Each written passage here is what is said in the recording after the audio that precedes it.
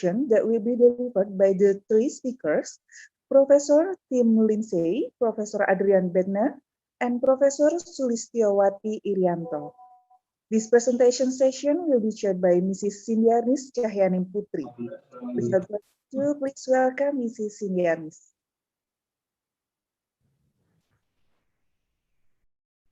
Thank you for the Master of Ceremony, Ms. Belinda. Assalamualaikum warahmatullahi wabarakatuh. Good afternoon to all invited speakers, Professor Tim Lindsey, Professor Adrian Bednar, Professor Sulistiawati Irianto, and to all participants. Thank you for joining this seminar session. My name is Cindy, and I will be the moderator in this seminar session. First, let me briefly explain the order of this session. All speakers will deliver the presentation, approximately 20 minutes each.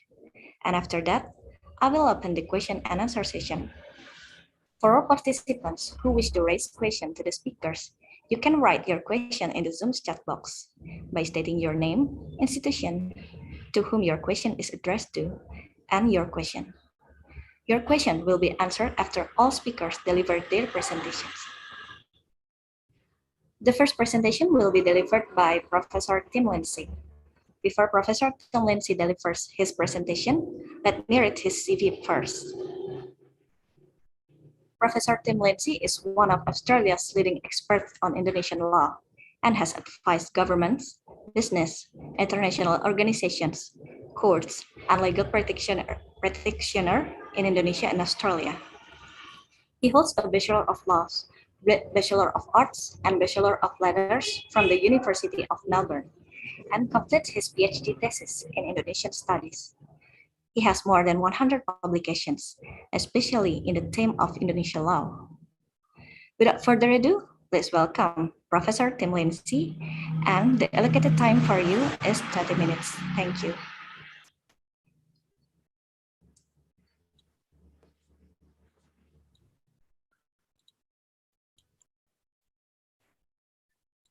Oops, I'm sorry, should I start now? Yes, Professor.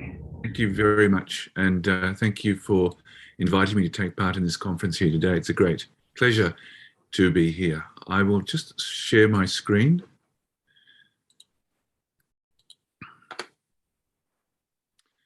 Thank you. My presentation today is titled Lost in Translation, and it looks at the Indonesian law in relation to the language of contracts and examines some problems of inconsistency and incoherence that have arisen in the application of this law, and looks at the implications of this for the legal profession in Indonesia. Indonesian language is now mandatory for contracts and agreements in Indonesia under Article 31 of Law 24 of 2009 on the flag, language, state emblems, and the national anthem. Article 31, as you can see, says the Indonesian language is wajib. It's essential, mandatory for agreements that involve state institutions, government agencies, private institutions, or individuals of Indonesian nationality. In other words, any agreement, including a commercial agreement with government or with Indonesian individuals, must be in the Indonesian language. And Article 48 of Government Regulation 82 of 2012 on electronic systems and transactions extends this to electronic contracts as well.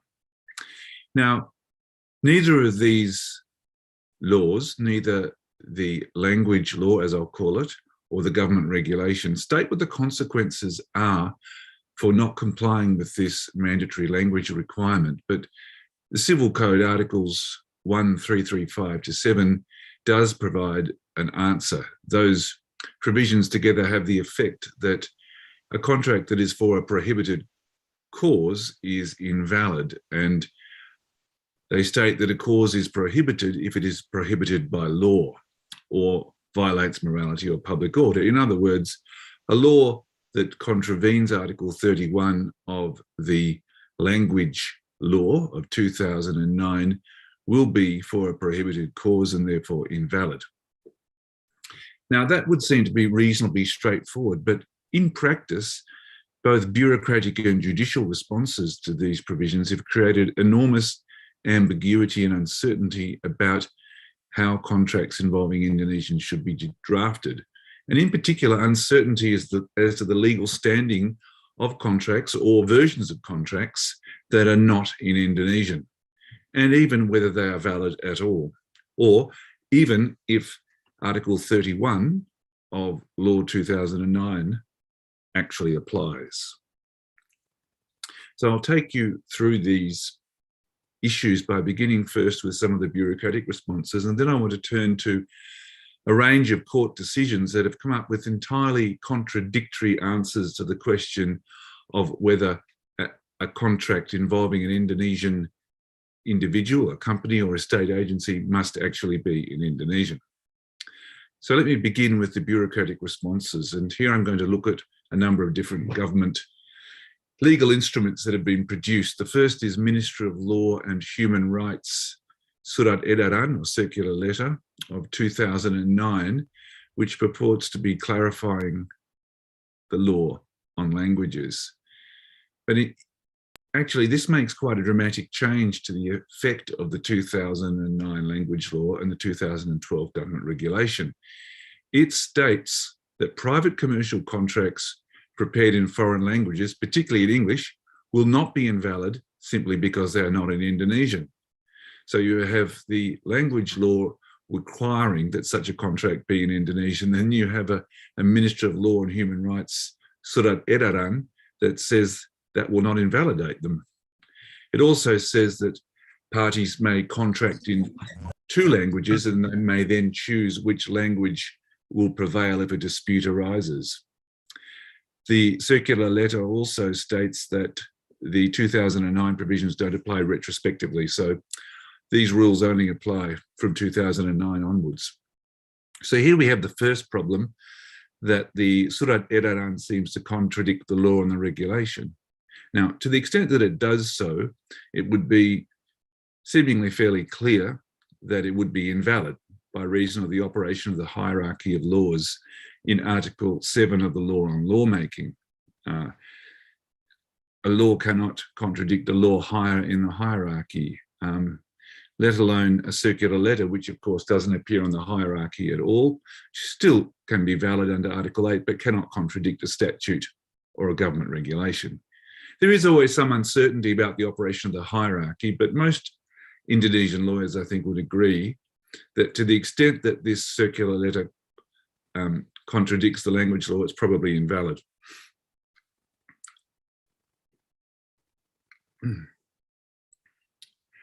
The second bureaucratic response that I want to look at is Presidential Regulation 63 of 2019. Now, this was the implementing regulation issued specifically under the 2009 language law. It just took about 10 years for it to be issued.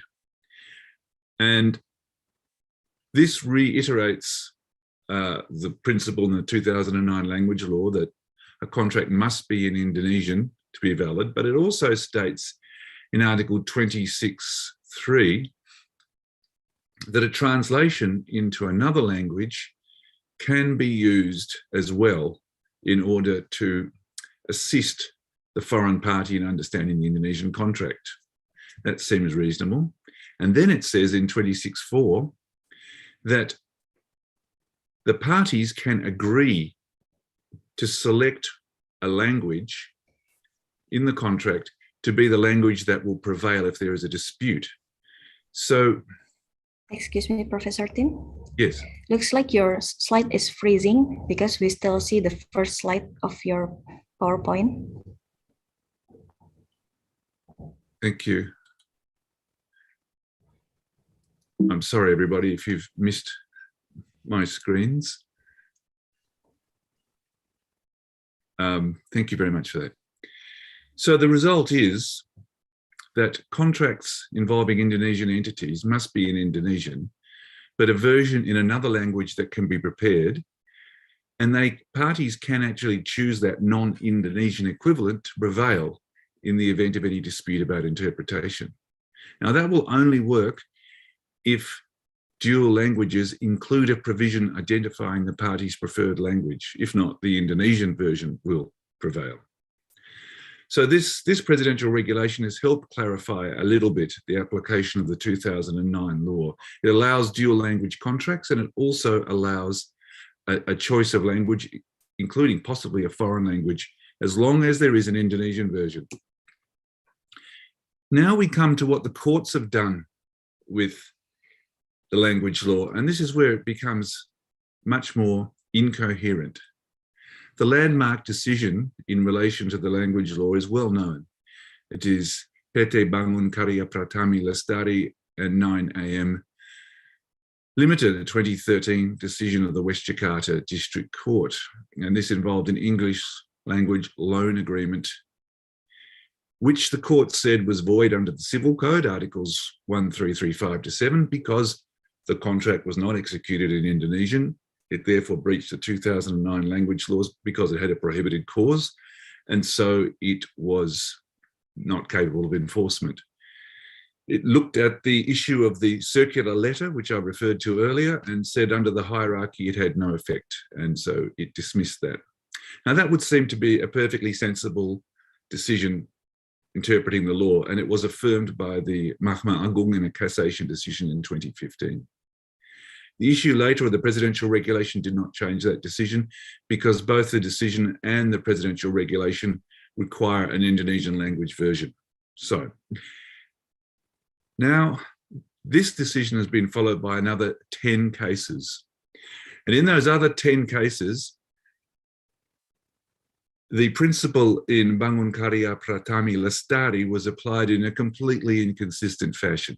Of the 10 cases that I've found with my fellow researchers who've been working on this issue, Dr. Jeremy Kingsley and Dr. Nadir Shah Hossein, we've found that this principle was actually followed in only 2 cases, Kokos Jiang case and the Gatari Air Services case, both in the South Jakarta District Court. All the other cases rejected the Bangun Karya Pratami Lestari approach. Now, the second of these 2 cases, Gatari, was very interesting because it followed Bangun Karya Pratami Lestari, even though the contract in this case involved an arbitral clause.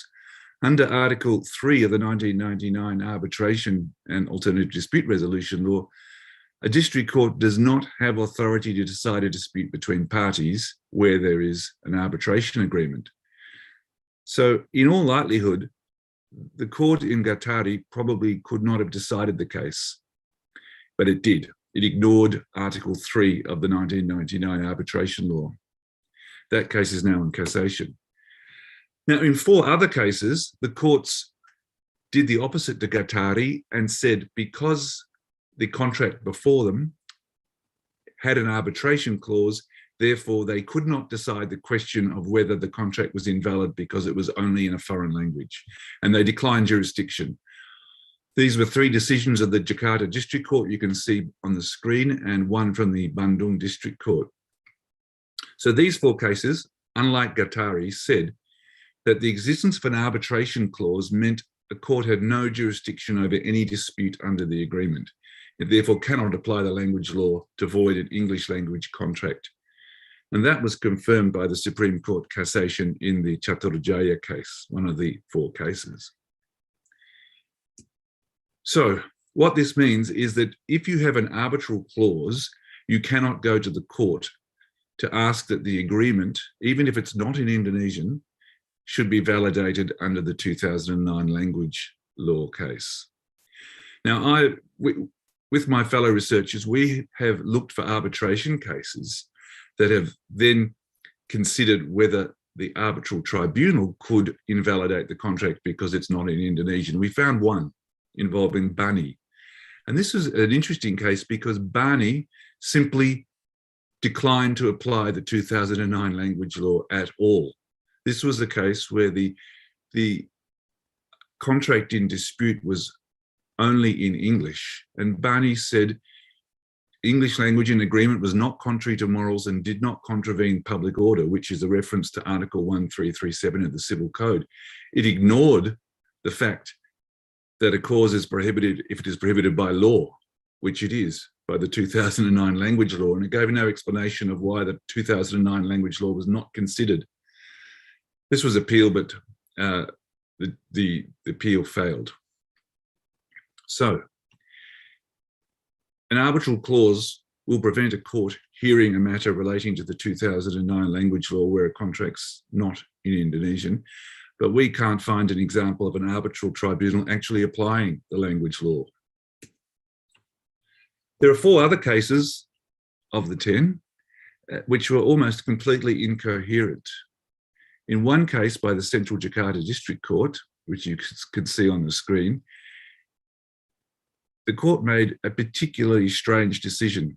It held that the 2009 language law does not apply to agreements involving a foreign company at all. This is clearly ridiculous because it is foreign companies that are most likely to have an agreement in English or another language, not in Indonesian.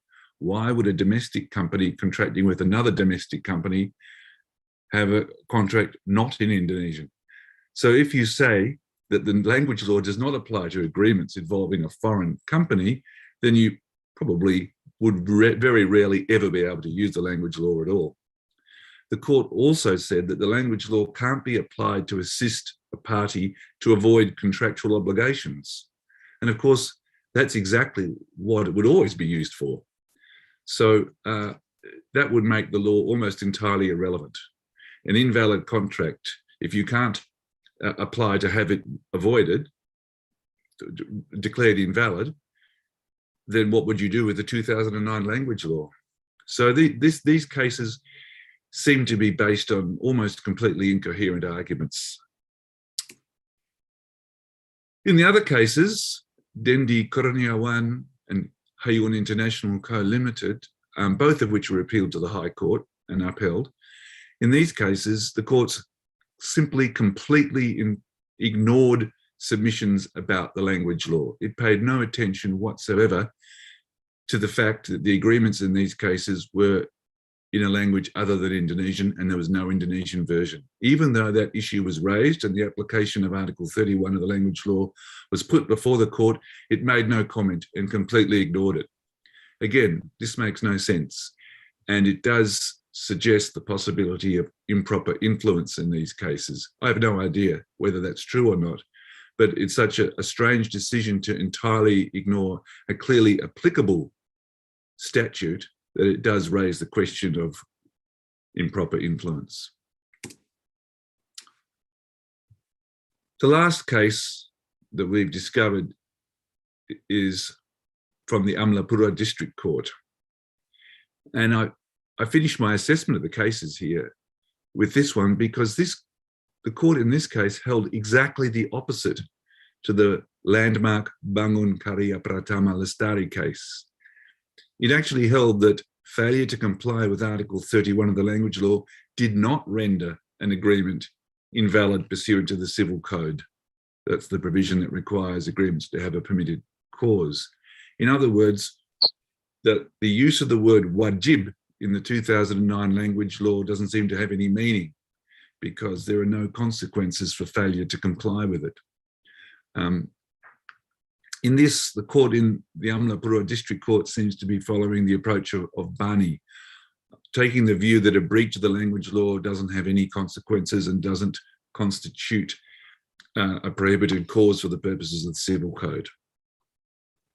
So, what are the conclusions of this for legal practice?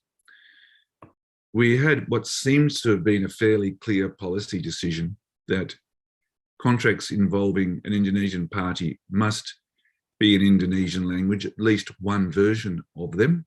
You may have other versions for other purposes, but there must be a version in Indonesian. You may then select, if you like, another language to prevail, but there must be a contract in Indonesian. Bureaucratic interventions created some uncertainty about that, particularly the circular letter. But more significantly, the judicial approach and even the arbitral approach to Article 31 has been simply incoherent. It's not even clear whether Article 31 is enforceable at all, or the circumstances in which it will be enforceable. What can we conclude for lawyers? Because the legal profession is our focus, or one of the focuses of this session.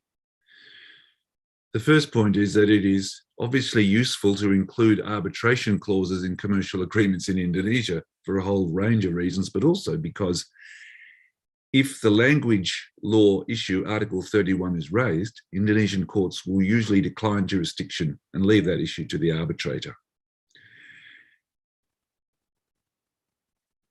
But there is no certainty where an agreement is only in English. It is still possible a court may declare such an agreement invalid under the language law, even if it does include an arbitral clause, because that happened in at least one case. The best approach then for lawyers is to always draft contracts in Indonesian only or bilingually with a clause that specifies Indonesian as the prevailing language, the so-called trumping language provision. Now, that, of course, creates all sorts of problems of additional costs, locating reliable translation. The language used in negotiations may differ from the language of the contracts, meaning there are differences in meaning. And, of course, problems that are always present in the differences between common law and civil law terminology, Indonesian and English language, and other languages as well. But it still seems to be the only safe way to deal with the confusion about how Article 31 of the language law is to be applied. There are some reform options that should be considered to try and clarify this situation. The first point is that any reform that is made must be done by statute, by undang-undang, to avoid the confusion created by the range of instruments that exist and the problems about the hierarchy. The only way to make this clear is through another statute. There are three options. The first is to remove flexibility, to make it clear that all commercial agreements involving Indonesians must be in the Indonesian language, and only the Indonesian language would be enforceable in court. The other option is the opposite, to maximize flexibility, to make it clear that all choice of language clauses are enforceable in Indonesian courts. But that does leave a problem of how a court would deal with enforcing a foreign language contract. Most judges won't know the language, the foreign language used, and the court would end up, in any case, having to rely on competing and disputed Indonesian translations provided by the competing parties. They're obviously disagreeing about how the language is to be interpreted, and the court would still have to rely on translations. In any way, the minimum option that is needed to fix this area of law is to make it absolutely clear what the consequences of non-compliance with the 2009 language law actually are. Is the law enforceable? And if it is, what are the consequences? Are the consequences the invalidity of a contract? At the moment, judicial decisions are at odds on that particular issue, and at the very least, that point needs to be clarified, and that could be done by an amendment to the 2009 language law itself to explain the consequences of non-compliance for contracts. And that ends my submission about an area of law where a policy created in legislative form has been complicated, first by bureaucratic responses, and secondly, and most significantly, by the incoherence of judicial decision-making. Incoherent judicial decision-making is not an unusual problem, but it has created a very specific problem for Indonesian business as far as attracting foreign investment goes. So I think it's an area that needs urgent attention if Indonesia is ever to reach its usually not achieved foreign investment goals, and to make life a lot easier for Indonesian lawyers. So thank you. Thank you, Professor Tim Lindsey, for your presentation. And now we are moving toward the second presentation, which will be delivered by Professor Adrian Bettner. But before Professor Adrian Bettner delivers his presentation, let me read his CV first. Professor Adrian Bettner is KITLV Professor of Law and Society in Indonesia and head of Department of the Van Houten Institute for Law, Governance, and Society. Professor Adrian's research has a focus on access to justice, legal reasoning, family law, and land law in particular in Indonesia.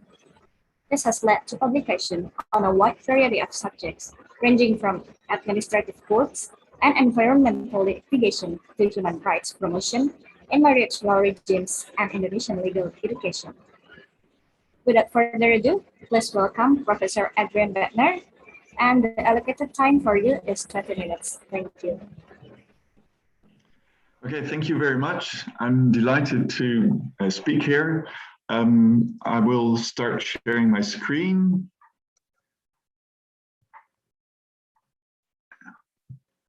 That's great, you allow me to do that. So just a second, I'll start the slideshow.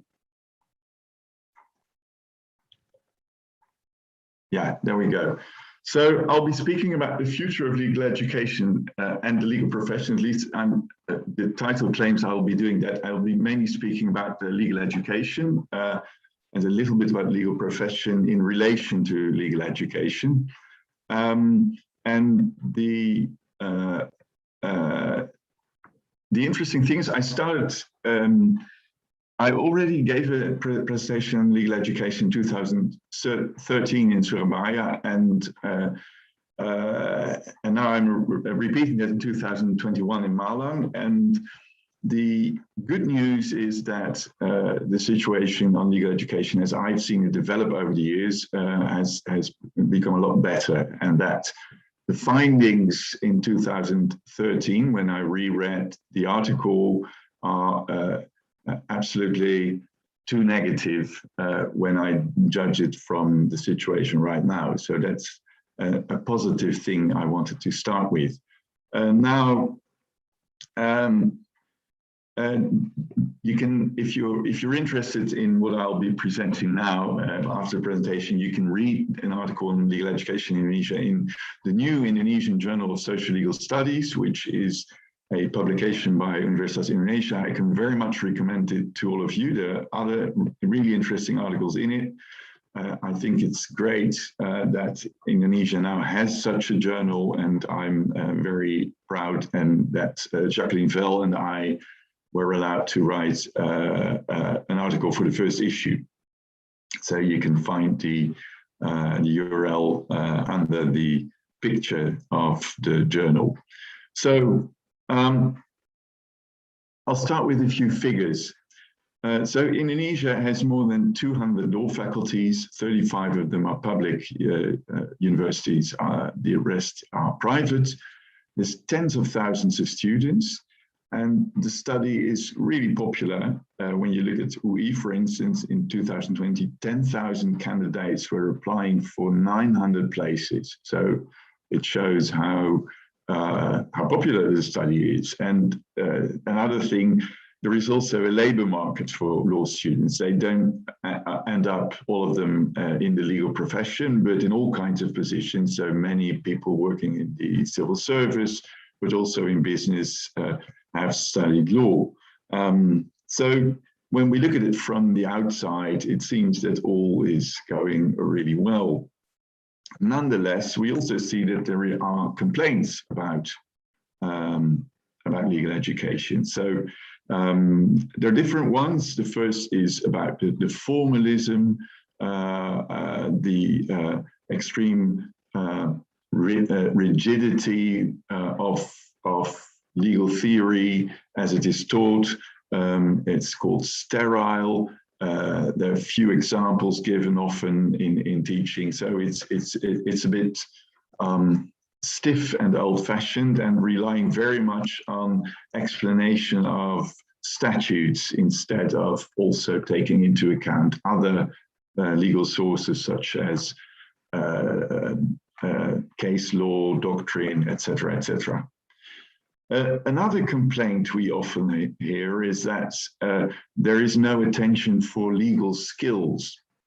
Now, it's not always completely clear what legal skills are. So are we talking about drafting contracts or appearing or writing legal memoranda, those kind of things?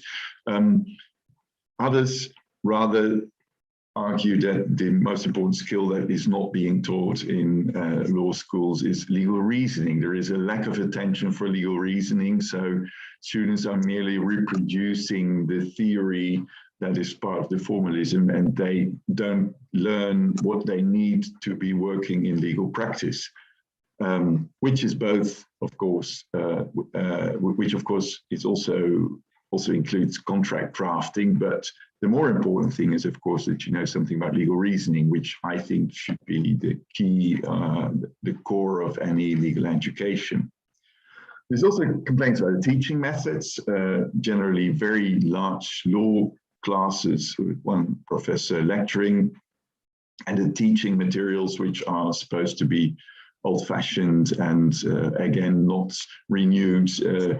Many of them still relying on teaching. It was already done in the 1950s, 1960s even. I mean, sometimes it's as old as that. So there are these complaints, and I've heard them over the years. When I started to work in Indonesian law in the early 1990s, there were similar complaints already. And it's interesting to see whether there's something specifically Indonesian about these complaints, to what extent we see them in other countries as well. And this is one of the things we've been exploring and we've been looking into, and what I will share our findings with you now. So before we start that, I think it's important to understand that there is an inherent tension in law studies. And this is often put under the words of a liberal legal education. And what does a liberal legal education mean? It means that to study law takes you beyond technical skills only. So, and in the words of Van Klingen de Vries, the study of black letter law has to be firmly embedded in a social and theoretical context that opens up the possibility of a critical outlook on law.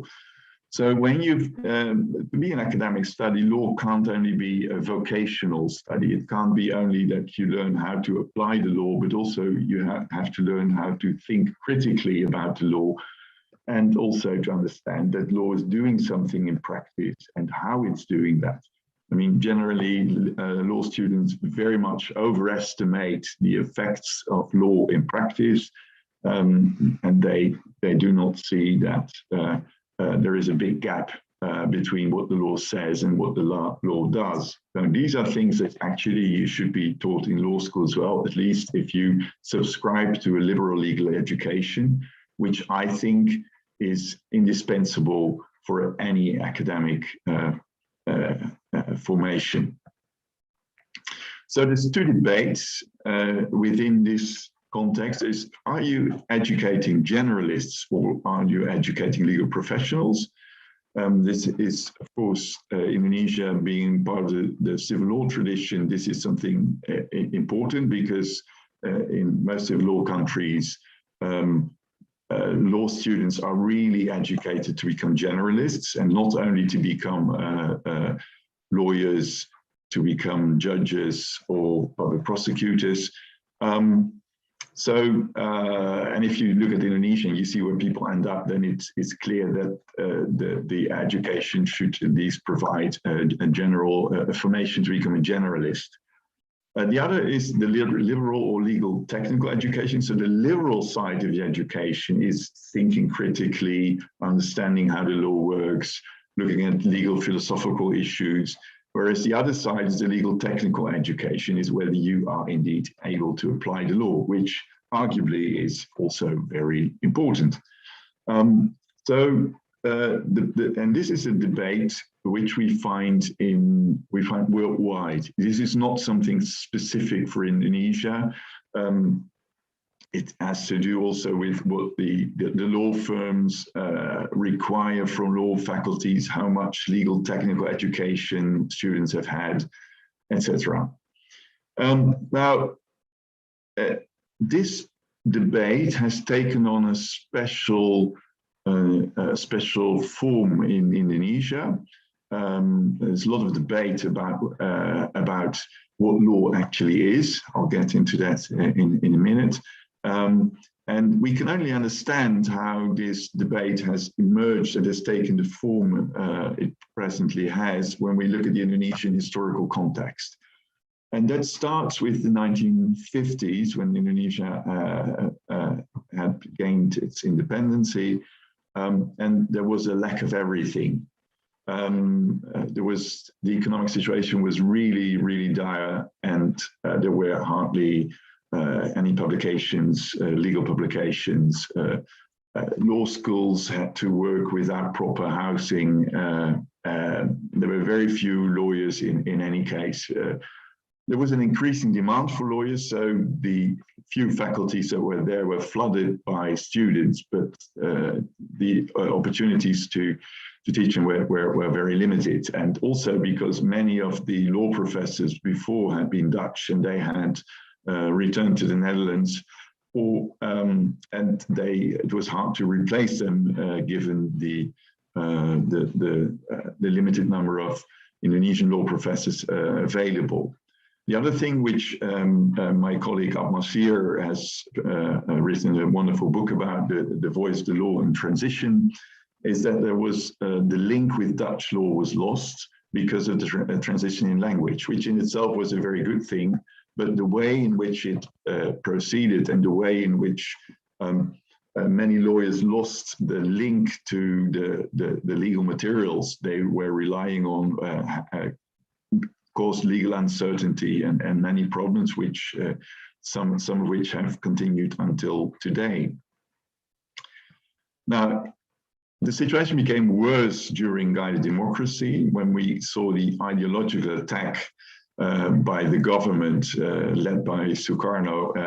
Basically, the objective was to educate revolutionary lawyers instead of those who care about legal certainty.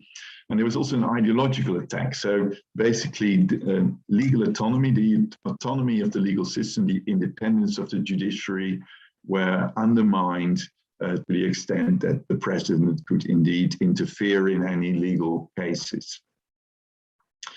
And although ideologically the new order was better, in practice the new order was even worse. So there were lawyers without rule of law, no guarantees for human rights or hardly any. And the main idea was basically to put up a legal facade so that a modern economy could actually proceed. And in particular, the judiciary was completely, subjected to the political whims of the government. And as Sebastian Pompe has discussed in his book, A Study of the Indonesian Supreme Court, A Study of Institutional Collapse. For those of you who want to know more about the history of the Indonesian legal system and judiciary, then please read that book. There were also attempts at reform. I showed you a picture earlier here of Professor Boy Marjono. I should have mentioned why I put him on the picture, because this has been one of the, Professor Boy has been one of the persons like Mokhtar Kusumatmadja who relentlessly tried to improve and to rebuild the legal system, and also someone who really put the emphasis on a liberal legal education and not only a technical legal education. So these attempts at reform were there, and some of them paid off a little bit, but Mokhtar Kusumatmadja himself said about him that, particularly in the 1980s, all the efforts taken in the 1970s were basically undone. Now, that's where we were in 2000 approximately, and a lot has happened since, but still there are a few causes of the current problems, which I mentioned earlier on in this presentation, and I'll briefly go through them with you. So one of the things we often hear is the conservatism of many lecturers, who really do not want, for instance, do not want to use case law. So what they do is they, for instance, as a source of law, and who really stick to very limited number of forms of legal interpretation, which is not surprising because that is the system in which many have been educated themselves. And changing is never easy, and in this case, it remains. It is a really important, a pervasive change that is required from them. The second is funding.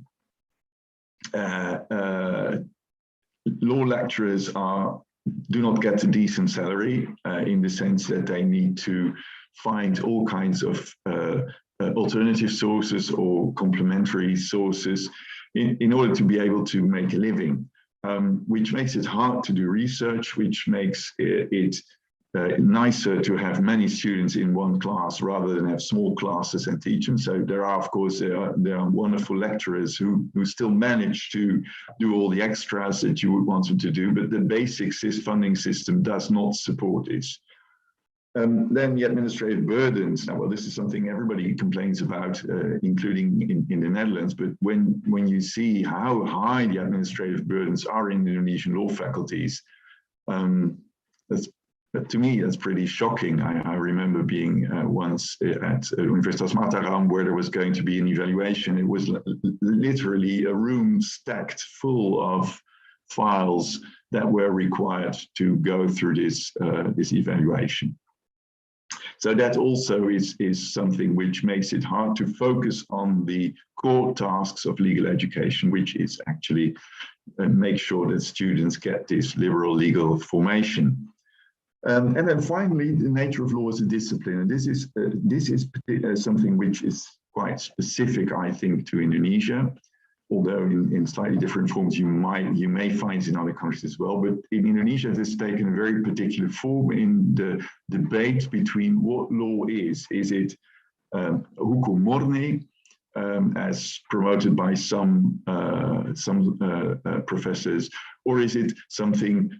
Is it hukum progressive, as was argued by the late Professor Satyato Harjo, or should it be hukum progressive? The book I show here, Widodo Diputro, The Kritik Terhadap Paradigma Positivisme Hukum, is an excellent study of the problems we find in this field. And this debate has not stopped. And it makes it difficult if you don't agree about what law is. It also makes it difficult to teach it, at least if there is not a basic agreement. And if one professor says you should look at case law and another professor says no, case law is not a source of law, that makes it quite confusing for students. Nonetheless, I also see a number of positive developments, and I see that we do move forward in many ways, which shows the difference between the article between my presentation in 2013 and the one I'm giving now. So one is that case law and other legal sources, such as parliamentary records, have now become available to students, and this is I think key to the development of the legal system. So if you looked at the presentation by Professor Tim Lindsey for this one, I mean, if these cases are not available, if you can't even criticize the cases and look at them, you can never see how courts do their legal reasoning, and you cannot really determine how law develops, except for in statutes. So I think it's key that this is taken on by the law faculties, and that all disciplines, all subjects pay attention to this. So the possibilities, the conditions for that to happen at least are now present. The other thing is international exposure. So when I started to work in Indonesia in the 1990s, there was only this program of legal cooperation with the Netherlands. But now there is, well, with Australia, that has really soared. Many Indonesian students have been going to the United States, but also international, taking a PhD abroad, going on exchange. I think this is really important to show law students how law is being done in other places and what you can learn from that. And I think this is probably the major change, which really will bring a lot of changes into Indonesian legal teaching. Also publishing, I think the requirement to publish in international journals, which is difficult for lawyers, also for Dutch lawyers, because not everybody is interested in a doctrinal discussion about a particular subject. But still, it requires lecturers to look at the law in a more contextual way, to look at it comparatively, and to, in that sense, broaden their horizon and force them not to be only looking at the limited logistic or formal approach taken in Indonesia until now. Another development which may pay off and may provide a more interdisciplinary approach to law is the Campus Merdeka. I put a question mark behind it because there are also complaints about the Campus Merdeka in the way that it is being administered now. But in principle, the requirement to work with other faculties and with other disciplines is, I think, a good one. Then legal reasoning. The attention for legal reasoning is increasing. I can show here, you see here, this is a project in which we are collaborating with a number of universities in East Indonesia, together with UGM and Jentera Law School. Kemahiran Hukum, legal skills, we call it. It's mainly this particular working paper is particular about legal reasoning, and the project shows how serious the interest in this, in taking legal reasoning one step further and not only stick to grammatical interpretation of statutory law. And as again, Professor Tim showed in his talk, it's quite important that this is being studied unless you want the diversity in legal judgments he discussed.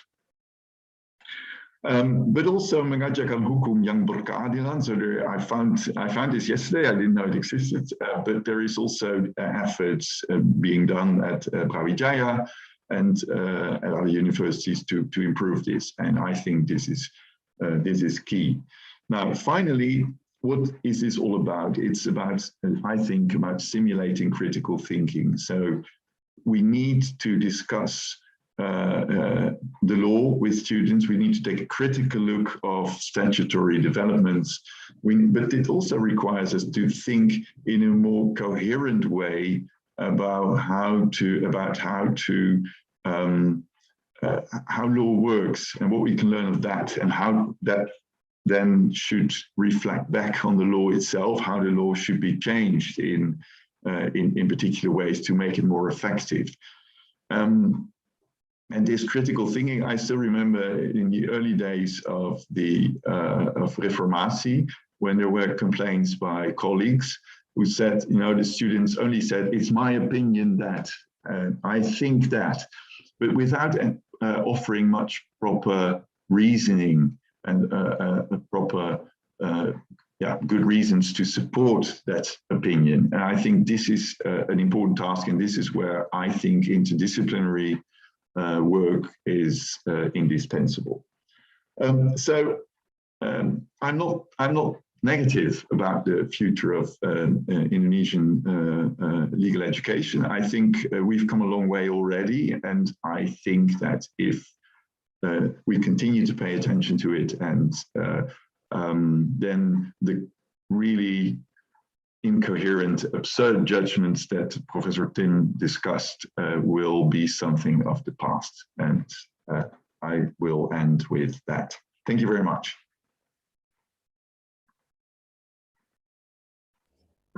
Thank you very much, Professor Adrian, for your presentation. And now, the final presentation will be delivered by Professor Sulistiawati Irianto. Before Professor Sulistiawati delivers her presentation, Let me read his CV first. Professor Sulistiawati Irianto has been lecturing at the Faculty of Law, Universitas Indonesia since 1986. She obtained her Bachelor of State Administration degree on Gajah Mada University, Master of Legal Anthropology from Leiden University and Universitas Indonesia, and doctoral degree from Universitas Indonesia, and obtained her professor on 2008.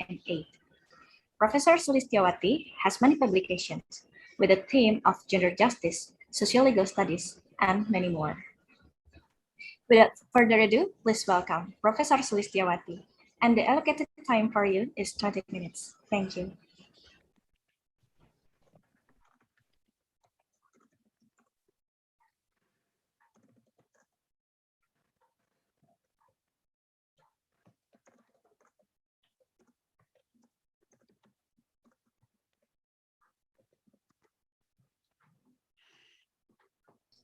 Excuse me, Prof. Sulistiawati.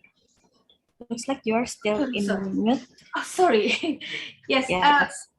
Good afternoon, everyone. It's happy to see you in this very special occasions. It's more than happy to see Professor Tim Lindsey after 2 years, maybe. And Adrian Bettner, my colleague, thank you so much. I think I'm continuing Professor Adrian's talk. This presentation aims to problematize the existing faculties of law curriculum and how it relates to global change, which is driven by science and digital technology. How should legal study in Indonesia respond? To what extent interdisciplinary studies of law is given the room to that curriculum? And finally, how about the future of legal studies in Indonesia? Where to go? I'd like to start with revisiting epistemology of law. Epistemologically, the legal science should not only consist of dogmatic and doctrinal legal knowledge, but also knowledge about the reality of law in practice. In the first domain, law is studied in doctrinal, dogmatic approach, which is legal basic knowledge. The doctrinal study is absolutely important as the objective of the law is to protect society from crime, greed, and distribute justice. But it is not enough. The second domain is the study of reality. Law is not only perceived as legislation, but the living anthropological or sociological documents. It studies how does law work in society and how to understand the interconnections between law and non-legal aspects like social, culture, economics, and politics. Social-legal study is a home for teaching subjects like legal anthropology, sociology of law, gender of law, and many more, like what we provide at our department. However, there is not enough room for social legal studies at faculties of law curriculum throughout the country. It was in 2013 when the Ministry of Education endorsed a policy on competence-based curriculum. At Fakultas Hukum UI, for example, the dean translated the policy to abolish the 3 mandatory teaching subjects at our department, like economic, Indonesian sociology, and anthropology for lawyers. The 3 subjects was squeezed to the only mandatory subject that is law and society. In many other faculties of law, subjects like sociology of law, which used to be mandatory, or even philosophy of law, was then abolished from the curriculum. Undergrad students are required to take 144 semester credit units, or SKS, and the credit units left for taking optional courses like subject provided by our department is very limited. Now we look at the positions of legal knowledge should be addressed in the curriculum. If undergrad S1 legal education curriculum emphasizes a black letter approach towards the law. Where is the space for legal science to be studied in more comprehensive manner? Lectures on socio-legal studies, which are basically interdisciplinary law studies and their respective methodologies, should be provided at the graduate S2 or master level. The goal is for master students to understand the law in a more comprehensive way, especially towards legal science and how the law works. PhD students should concentrate on obtaining the ability to conceptualize all the legal knowledge they have obtained from previous degrees. They should be able to relate legal theories and data and synthesize it. In so doing, they would be able to produce new conceptual ideas resulting in an abstraction from the entire of what they have learned. But what is the reality? It seems that curriculum for S1 up to S3 levels display the same strong focus on black letters law. Again, there is very little room for PhD students to study the knowledge of legal realities or interdisciplinary law studies, both of which are really needed to produce complete and basic legal knowledge. Very few students can distinguish in what context they must write a legal opinion and in what context they must write a scientific paper of law. Though based on the Indonesian National Qualification Framework Standard, the higher the strata of a course, the more interdisciplinary it must be. The ability to respond community needs requires a paradigmatic shift to become a world-class research-based university. Study programs, especially graduate law programs, must also be open to interdisciplinary legal approaches. What is the implications? The capacity of doctoral students is questionable on having basic knowledge on methodology and its applications, conceptualizing the legal problem and its connections with the collected data, understanding the significance of the theoretical framework to guide research, having critical analysis beyond the box of legal scholar. Furthermore, doctor in legal sciences is alienated from the society where law exists. Writing a dissertation is like making a masterpiece. The student should be given the freedom to utilize all of their potential scholarly abilities, intellectual, and be the creator of their own work of art, and therefore should not be burdened by excessive technicality. Now we anticipate the future. Science, technology, and artificial intelligence. Apparently, automatizations and pandemic lead to double disruptions. In the legal field, artificial intelligence is able to conduct contract inspections, administer cases, visualize trials, do notarial work, and many more. There will be a massive shift when 1,000 conventional jobs are lost to artificial intelligence. This includes legal professions such as notaries and advocates, according to World Economic Forum.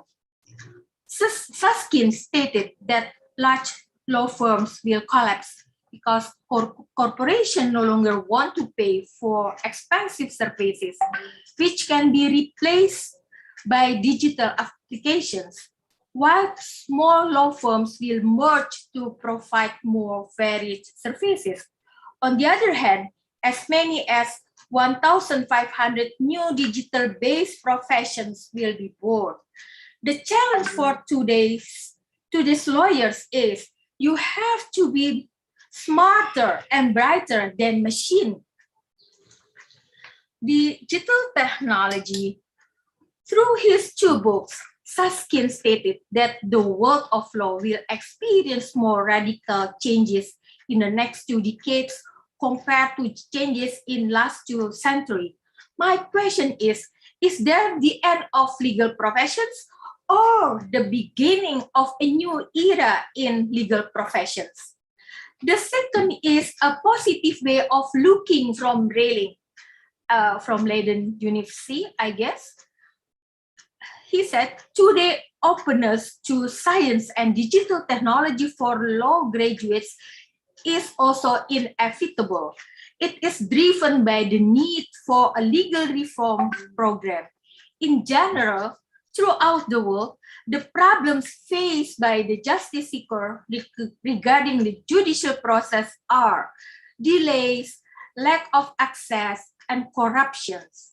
Digital technology supports and ensures good administrative governance and judicial processes. The Indonesian dark period of the judicial processes in which nepotism, collusions, and corruptions undermine the authority of the Indonesian court as investigated by Pompe should be minimized or abolished. Digital informations and technology are also needed in the evidentiary process in court trial, such as video, audio in court sessions, electronic reporting, video conferences for the witnesses, and live storage. This study gives an understanding that this is knowledge about globalizations who should be learned by a legal scholar. This knowledge is under legal pluralism scholarships. This study gives an understanding that legal centralism, which believes that state law is the only law and applies uniformly to all peoples, is utopian. The daily reality of society is those social arenas where the intertwining of state law, customary law, religious law, and custom may contradict each other, but may also influence and impact each other so that new laws are born. In today's global era, interlegal coexistence is increasingly complex with the presence of international law, especially in the field of human rights and good governance, adopted by national laws of many countries. The convergence between laws from various directions, it was causes laws to move, change, and legal change is a necessity. The future direction of legal education. What is it like? Open-mindedness is needed to provide the entire spectrum of legal knowledge to prospective law graduates. They not only need a strong basic legal knowledge, but also knowledge of how the law works and how it interconnected with the legal culture of society. How do you put all this legal knowledge in the formulations of an appropriate curriculum from bachelor to doctoral law educations? University and legal educations play an important role in producing qualified law graduates with good character, who will later in the future hold social and professional positions to pass on their knowledge and expertise in all fields of law. Critical thinking and reform must begin with legal educations. The legal education curriculum must reflect its response and sensitivity to the needs of the community's sense of justice. There must also be shared awareness that there is a huge disparity between legal development and the rapid development of society, mainly due to the findings of science and technology. That was it, my presentation. Thank you so much.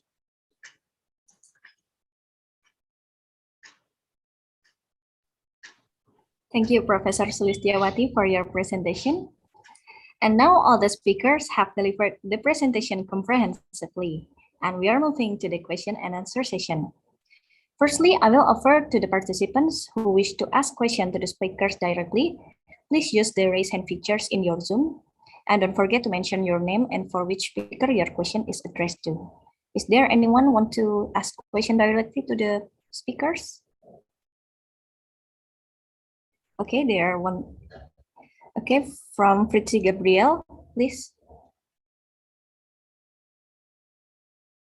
You're still in the mute. Okay, thank you for the opportunity. First of all, I will introduce myself. I'm Fritzi, and I would like to ask Professor Adrian Bedner.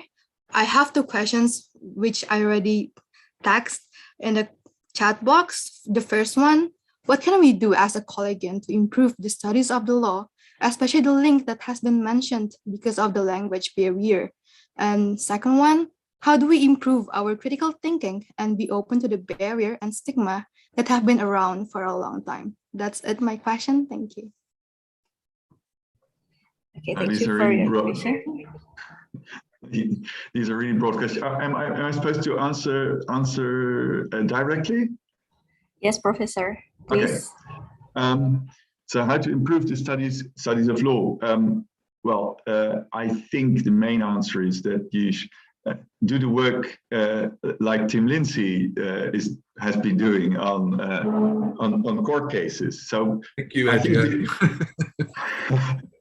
It's interesting that, and also the language is also present in that particular case in a slightly different way. So how to deal with these different languages. I mean, it seems that a fairly straightforward case, where the law is quite clear, where we see first it's undermined by the government itself, and then the judiciary goes all kinds of different ways with it. I think these are excellent cases to discuss with students and to see what's going wrong here, why is this happening, and how should we make sure that there is more legal certainty achieved in these cases. I think that is fairly simple. I think the answer was also in Tim's presentation. But I think that is what should be done. Study real cases, but also study fictive cases and design cases for students so that they can really take a look at it. And then one step beyond is that you also look at the context of cases. So why are these cases happening? What does it mean indeed for Indonesia's investment climate if you deal with them in a particular way? What are the consequences of particular discussion? I think that is something that should be taken on by legal educators, by the law faculties. And that also stimulates, that gets me to the same question, that stimulates critical thinking, because it forces students to reflect on what will happen when you come up with particular interpretations. What does it mean for justice? I mean, it's not only legal certainty that's important, but also justice. So what does it mean in terms of justice for those affected by a particular judgment or by a legal decision? So I think that should be the way forward. So look at case law, look at cases. Lecturers should design cases, case studies also for the students to go through and to come up with ways to how to resolve them and think about it critically in the process. So that's where I think that's the short answer. Thank you. Can I jump in here, please, if that's all right? I just wanted to say that I agree very strongly with Professor Adrian on everything that he just said. We're in violent agreement. And it reminded me of what we didn't plan this beforehand. It reminded me of what one of my lecturers said in first year in law. He stood up in front of the lecture theatre and he said, it's really not difficult to know what the law says. You just read it in the book, and if you want to, you can memorize it, whatever, but you can learn what the law says quite quickly and easily. What is a lot more difficult is to know how the law is then applied, how it's interpreted, and how it works out in practice. And then he said the hardest thing is to know why that happens, which is another way of saying what Adrian just said, looking at how the law is used in practice, and then the socio-legal aspect of why that happens, and what are the causes that drive that, often the gap between the law in writing and the law in practice. There's always a gap between the law in writing and the law in practice, because the law in writing doesn't mean anything. It's actually the law in practice that is meaningful.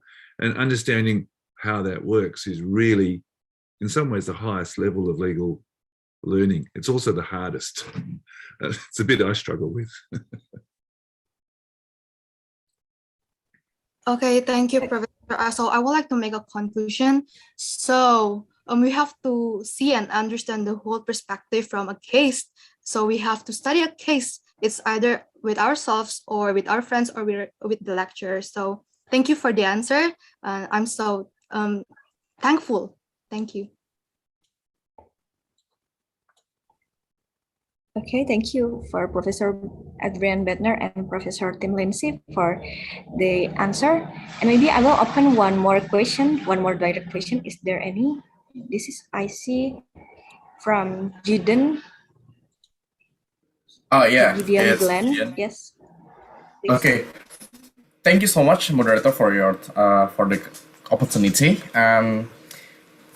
My question is very simple for all the lecturer in here, to all professor. I a little bit quote that you say that it is not hard to know the law itself, because we can read it, we can saw it in a book, you can learn it from the book. But the hardest thing is to asking why the law itself. Okay, so in my questions, in Indonesia, we couldn't have that. Our law itself, from my point of view, it is incoherent. Like there's some article that is felt so ambiguous, and somehow it should have been protect the victim, but it's more like protecting the I would say the case itself is really so ambiguous. So I didn't know how to prove it, and how can we break the stigma and regain our trust to the law itself if the legal study itself in our condition is still ambiguous. So to Professor Adrian Bedner, I a little bit quote and see your link below that. I'm really glad to saw your presentation. To Professor Lindsey, very thank you, very insightful for the case law itself. To Professor Socio, I really thank you that you can explain what can we do in the next. But can you tell me the answer? How can we regain itself? The law itself is still incoherent in our country. Thank you. Okay, so this question is addressed for the three speakers. Am I right? Yes, maybe we can start by Professor Tim Lindsey and followed by Professor Adrian Bedner, and then the final remarks will be delivered by Professor Sulistiawati. Okay. Thank you very much for your comment. I agree with you. There are many, many cases where the law is incoherent in Indonesia. Actually, there are cases when it's incoherent in my country too, but it's a particularly obvious problem in Indonesia. And I think that actually makes it really interesting because it comes back to the three things I just said. The first question is, what is the law? When you find the law in a book, it may be ambiguous, it may be incoherent, but you can see what it says. What it means is a different question. And then to know what it means, you have to look at the law in practice, how courts interpret it, how scholars interpret it. That might still be ambiguous. And then the question becomes, the third one, as I've just said, why is that ambiguous? It may sometimes be deliberate. It is maybe bad faith drafting It's intentionally made ambiguous for a political reason or to satisfy the needs of a particular interest group. However, it could also just be bad drafting. And I think legal drafting is a particular problem in Indonesia. Under Suharto, almost all legal drafting was done by just one single office. And it was not done by the DPR. It hardly ever did any legal drafting before 1998. Now, of course, legal drafting is done in a whole range of departments at different levels, every ministry, and from national down to regional government drafting is done. So a lot of drafters are inexperienced. This was a particularly bad problem for the first 10 years, but I think it's still a problem. Lack of training in legal drafting skills means that sometimes the incoherence is not intentional. But I suppose the answer to your question is that that method of what the law says, how it's interpreted, and why it's applied in the way it is the way of dealing with it. Often the answer is actually more political than legal, which was, of course, an argument made in the book that Adrian referred to by Sebastian Pompa. And I think that's an important issue in Indonesia that needs to be explored all the time. But don't forget that it is also sometimes a technical problem of legal drafting. And I think there could be more attention in law schools to legal drafting. And I don't mean writing essays or copying your scriptsy from some other student's scriptsy. I mean serious attention to principles of legal drafting, how to construct good regulation and laws internally. There are rules and practices for doing this, and they're almost never taught. I'm sorry, I've taken up too much time. Adrian and Ibu Sulis, silakan. These were good points you were making, so I can be shorter then. I agree very much about the legal drafting, and also not only about the technical side of legal drafting, but also the political side of legal drafting. So how, as a legal drafter, do you deal with different political interests coming your way, which again emphasizes the importance of social legal studies. What I wanted to add is the problem in Indonesian law to some extent is that the legal system as a complex of legal institutions is not able to create the coherency you were referring at. So what we see is that there is a statute and that the statutes are incoherent, and then that, as in the case shown by Tim, that courts are not able to come up with a solution, with a coherent interpretation, which resolves the problems that have been, well, actually, that the problem was created. Actually, it wasn't a problem because the law is quite clear and it could be interpreted in a very, very straightforward way. But if judges don't pay attention to each other's judgments, and if they don't take seriously what the Supreme Court does in particular, and if the Supreme Court is inconsistent in itself, then it becomes really difficult. So what then is the task for law faculties and for law lecturers? To comment on these judgments. Say, look, Supreme Court, what you're doing is absurd. You should not be, you should deal with this in a different way. So there is supposed to be an ongoing conversation between legal scholars, judges, lawmakers, and that conversation should generate the coherency that is currently missing. So that's what we should all be contributing to as legal scholars or students or judges working on Indonesian law.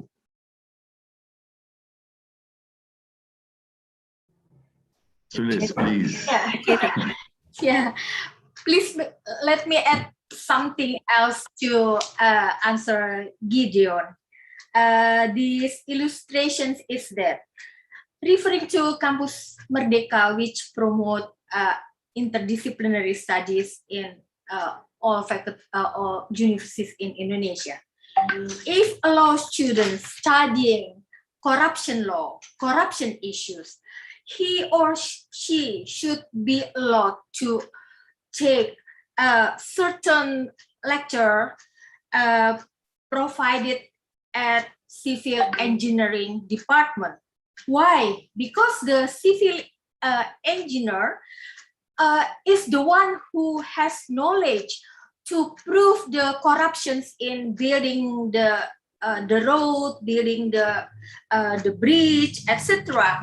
Perhaps if they someday become a judge, he or she must be a brighter or smarter bride than today's judges. Thank you. Okay, thank you very much. I hope this answers your question given from Professor Tim Lindsey, Professor Adrian Bettner, and Professor Sulistiawati Irianto.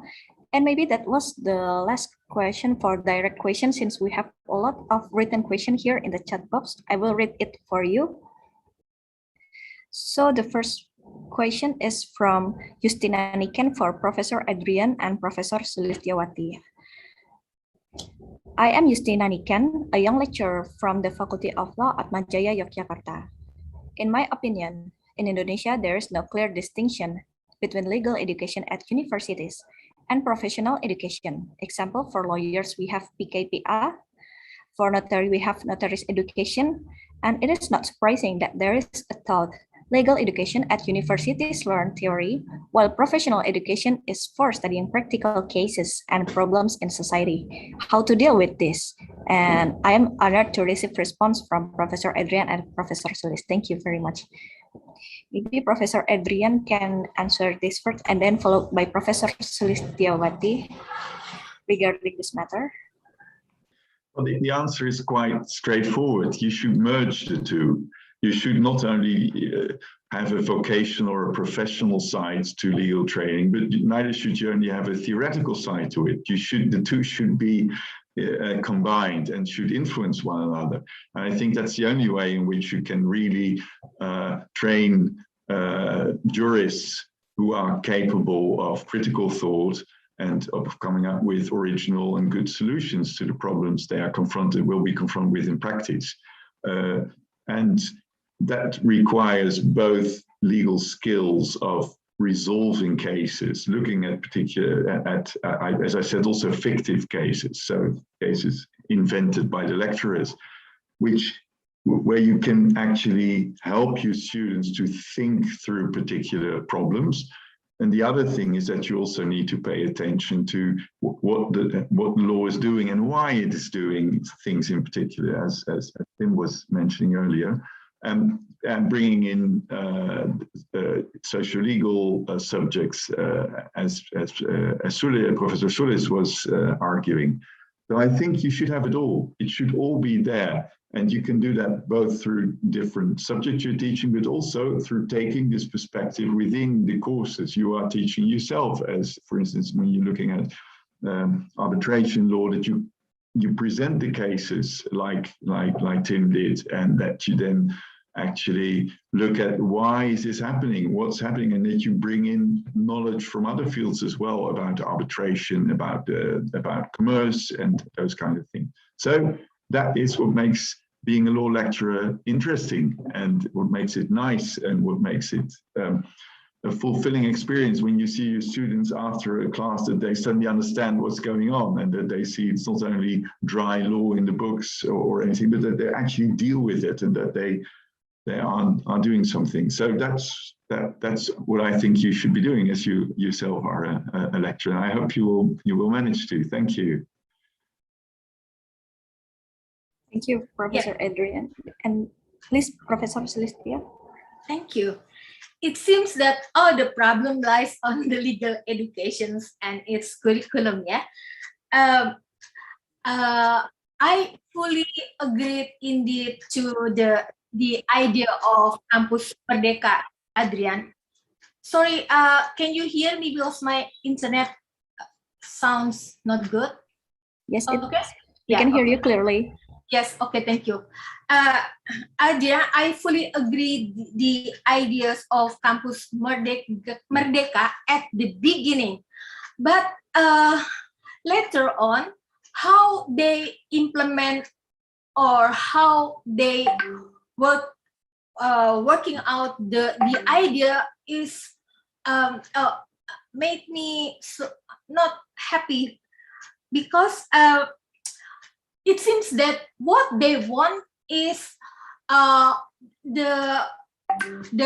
legal or in Faculty of Law, they want to produce graduates who already siap kerja, prepared to be worker. I'm thinking that in this case, what they should establish not Faculty of Law, but vocational or training in law. They want to produce what we call maybe as pokrol bambu, tukang hukum, not legal scholar, not legal profession by Kampus Merdeka. Sorry if I quote mistaken ideas about Kampus Merdeka, but that's at least what I feel right now. Thank you. Can I add something on just about legal training? Yes, please, Professor. Interesting, if you look at the recruitment of judges through the Supreme Court and the Supreme Court's training centre, that when fresh graduates are recruited, most of the training for their 2 years of induction training is heavily on the practicality of court and managing cases, writing decisions, and so forth, because university degrees in most faculties focuses so heavily on doctrine and pays so little attention to the law in practice that judges and others who are recruited need to be given a whole new education in the practicalities of law, which takes up most of their training, which reflects the fact that whilst law students are required to absorb an enormous amount of superficial information, they know a little bit about everything and not very much about anything in depth. They spend so much time getting across all of these subjects because they have to learn so many SKS that there's just no room in there for practical learning. So when they have moot courts or practicums or legal clinics or whatever it might be, they're usually squeezed in at the very end of the program. In a lot of world standard law schools, that practical element starts really early on, sometimes at the end of first year, and it's continued throughout. So that means the graduates come out, need a whole new education in the practicality of the law in action. And I think not expecting students to know every area of law by the time they graduate, to know less more deeply, is a more useful way of teaching. Because one of the skills of a lawyer is to learn the law. You don't need to know every area of law when you leave your law school. What you need to do is know how to acquire the knowledge of the latest area of law you need to get across and apply it in a practical fashion. So deep knowledge in a more limited fashion with more practical experience is probably more useful to you than knowing a little bit about everything.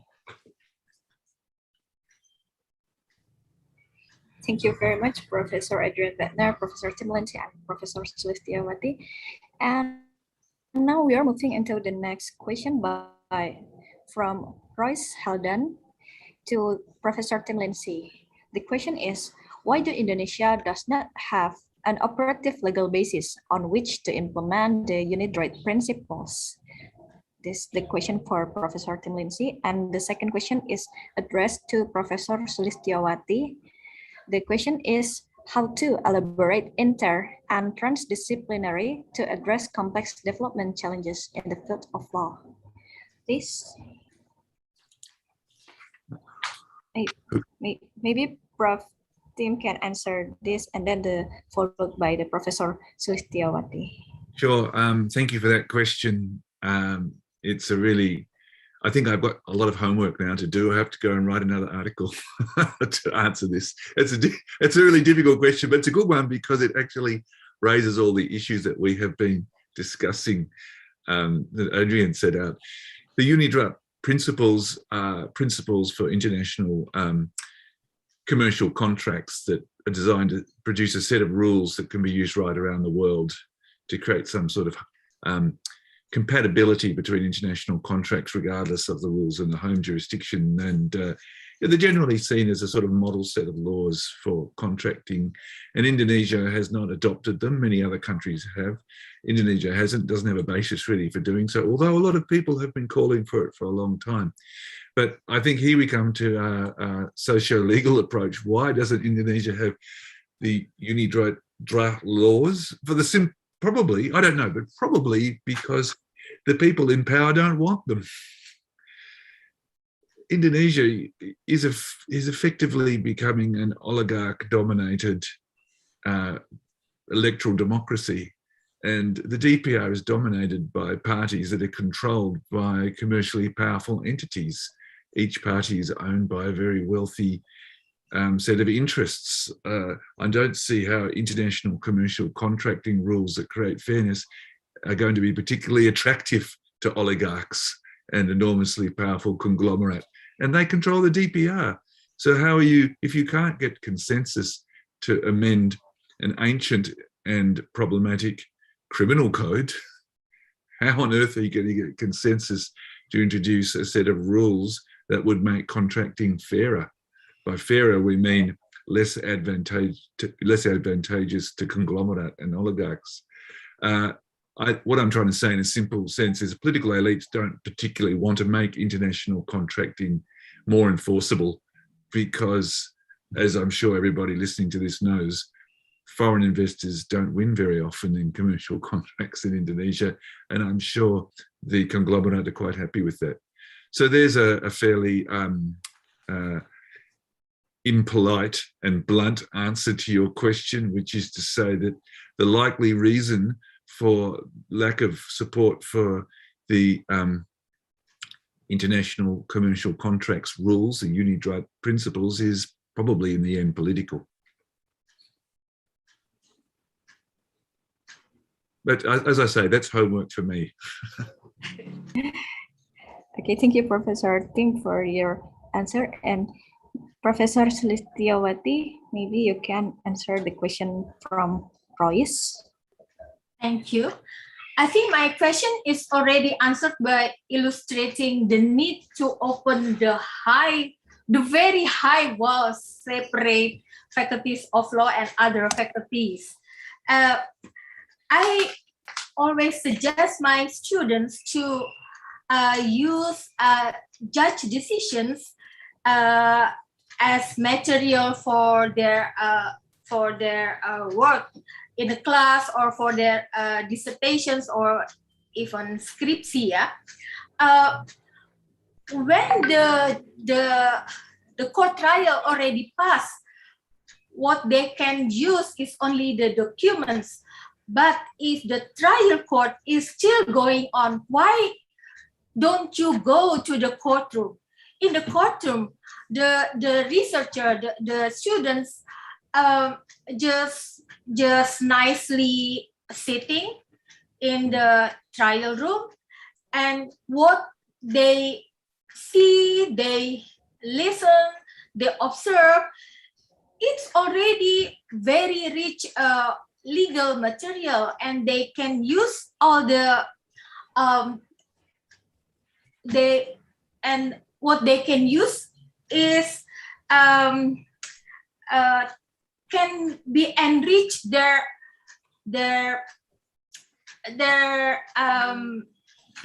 legal text studies, and to have ability to observe the courtroom. I think the students the students should be given chance to learn or study ethnography of law.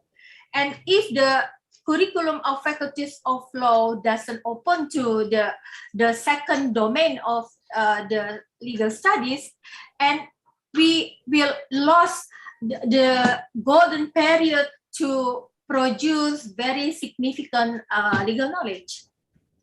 Thank you. Okay, thank you, Professor Sulistiawati, for the answer. And now we are moving into the next question asked by Indes Virginia to Professor Adrian Bettner. The question is, Professor Adrian Bettner, in your point of view, is Indonesia legal education is good and understandable for all of students, as we know that still many students who don't understand the law. How should we, as law students, deal with it? Thank you, Professor Adrian. I don't know whether I'm in a position to answer this question, as I'm not an Indonesian law student. But what I think, I mean, I've said a lot of things about how to improve legal education in Indonesia.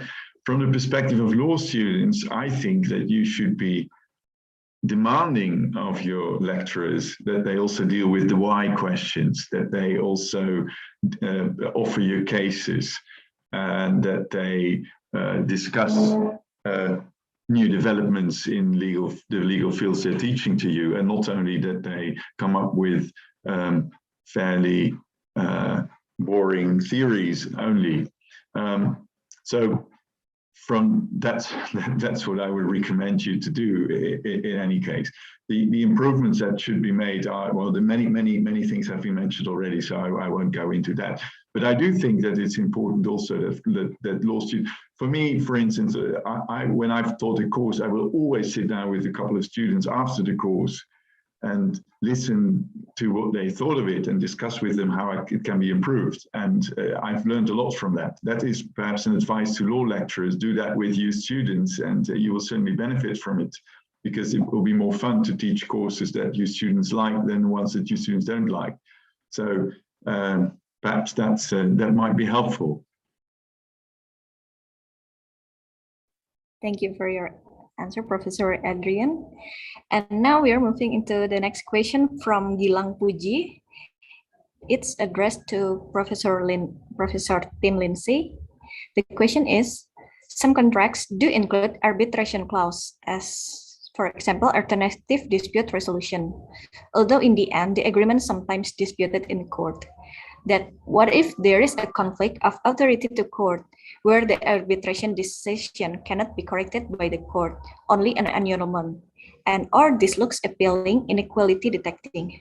How do we need to respond to this? Thank you. Yes, thank you for that question. I think this question is referring to particular provisions of the 1999 Arbitration Alternative Dispute Resolution Law that I touched on in my presentation. Article 3 says that the district courts do not have authority to decide a dispute between parties where there's an arbitration clause. And Article 11 says that, in fact, the parties have no right to seek resolution of the dispute or difference of opinion about the agreement in the district court. So the effect of those provisions is that as soon as a district court becomes aware that an agreement that it has in front of it in a dispute has an arbitration clause, then it can't decide any dispute about that agreement. It has to dismiss the claim and send it off, allow the parties to take it to arbitration. But the court actually cannot make a decision about any aspect of that agreement. It has to dismiss the claim that's before it. And that's an effective ban on judicial determination of any dispute where there is an arbitration clause. So it goes off to arbitration, then it depends very much on the quality of the arbitration tribunal you've chosen. And this has come up quite a few times in contracts that have clearly breached a 2009 language law. And the courts have just simply refused to consider it. And there's an interesting chicken and egg question there about, can the court actually look at an agreement that's in English only and is therefore not enforceable and find that it will enforce the clause about the arbitration agreement? Or does it just look at the agreement, find the arbitration clause and say we can't even consider anything after that? There's actually a conceptual problem there that's not very easy to resolve. But in any case, the courts have, except for one of the cases, have just refused to hear them. In one case it did, and a couple of others have ignored that principle. Now, the only other issue that comes up is Article 70 of the same law, which allows the district court to basically hear an appeal from an arbitral award, but it limits the powers of the courts.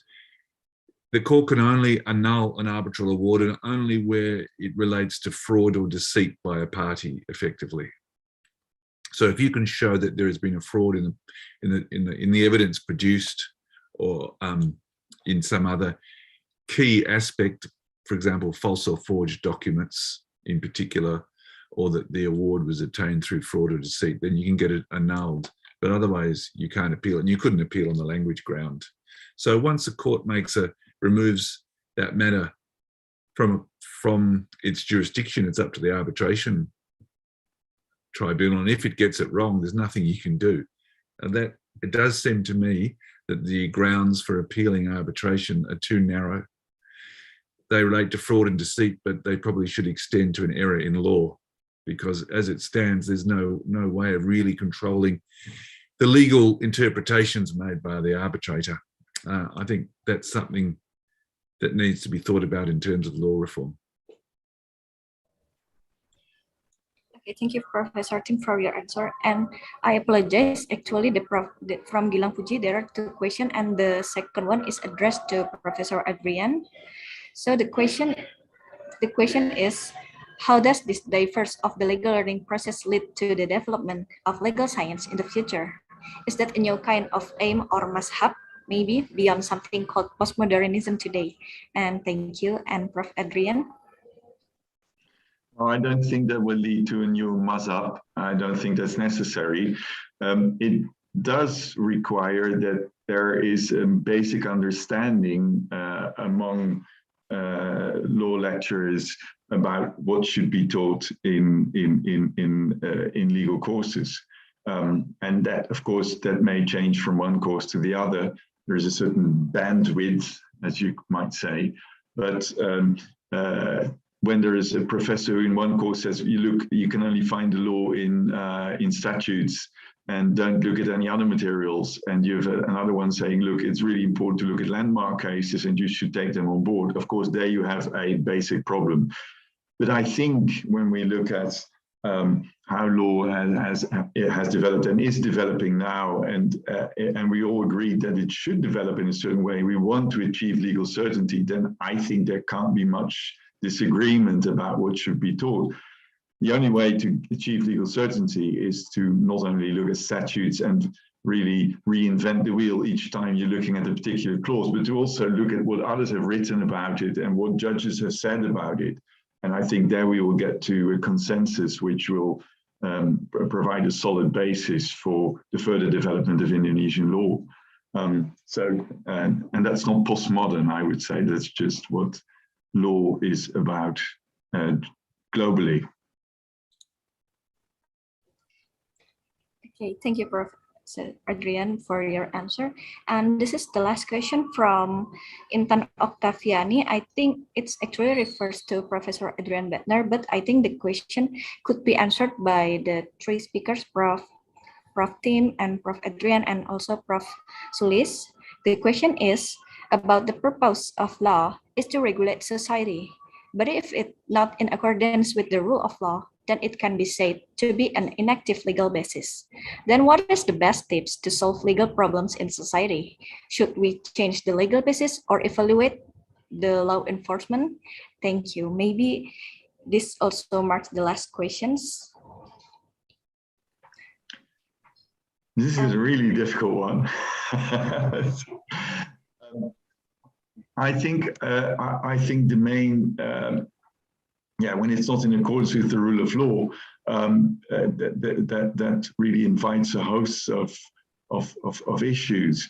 And of course, what we see is that society does resolve its own problems without recourse to state law. This is the legal pluralism Ibu Sulis was talking about earlier, which we see. So many problems are resolved with reference to other normative systems than the state law in any case. When we come to the rule of law, I think that is the key thing we should all aspire, and all lawyers, all jurists should aspire to rule of law, meaning that state actions are subject to law, that the law is clear and predictable, that there is an independent judiciary, and that human rights are recognized, civil rights are recognized.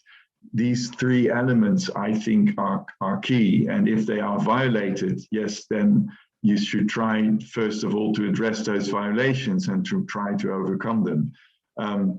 We've been talking mainly about formal legality when we talk about it in rule of law terms, about the clarity of the law, about legal certainty. That is, of course, a domain in which lawyers and jurists have a particular task, also in legal education, to develop that.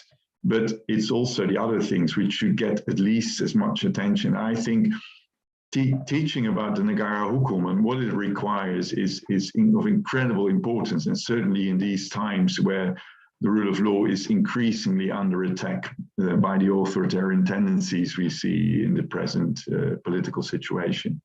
So, yeah, my response would be mostly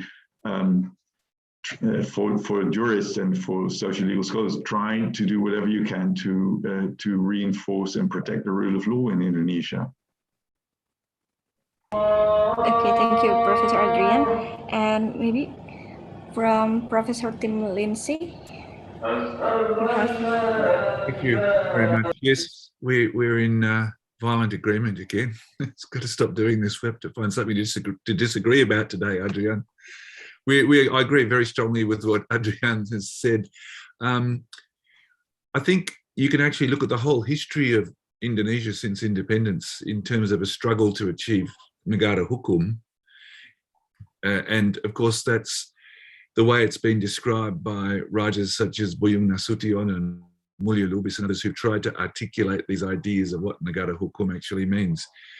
But the rule of law is not a straightforward idea. It's a contested idea. And theorists a long time ago established these notions of thick and thin rule of law. And some people have described them as thin rule of law being ruled by law and thick rule of law being rule of law understood in the way Adrian described it. Now, if you look at Indonesia's history, there's always been some sort of rule by law, that is, using law in order to impose state authority. The state uses law as its means of controlling, and sometimes that's reached excessive levels, as it did in the last years of Sukarno or under much of Suharto's rule. And rule of law in a thick sense, where there are rights and the rights are respected and enforced, where there's separation of powers and checks and balances on government, and there are representative elections, has only happened a few times in the 1950s for about 7 years, and to different extents in the current era since 1998, but never fully. And I think, you know, we're at a position now in Indonesia where rule of law, the move towards a thick version of rule of law, Negara Hukum in that sense, is under threat by pressures that would prefer the thin rule by law model. And I agree that understanding these ideas, not just using the word Negara Hukum to mean nice law, but to actually understand its substance and what it really means in terms of institutions and the content of law and how law is applied and what rights actually mean and how they are enforced and to what extent, is probably the most important thing that we can teach people who want to be lawyers, judges, government officials, because it's what you internally accept about this notion that will determine your practice later in your career as a lawyer or a government official or a minister or a judge.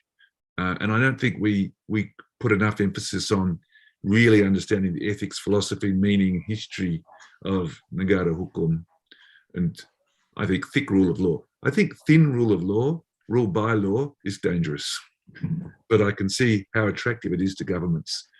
Remember, lawyers, if they have to choose between being pro or anti-government, should probably be anti-government. Society needs lawyers to be difficult. Thank you, Professor Tim. And Professor Solis. Thank you.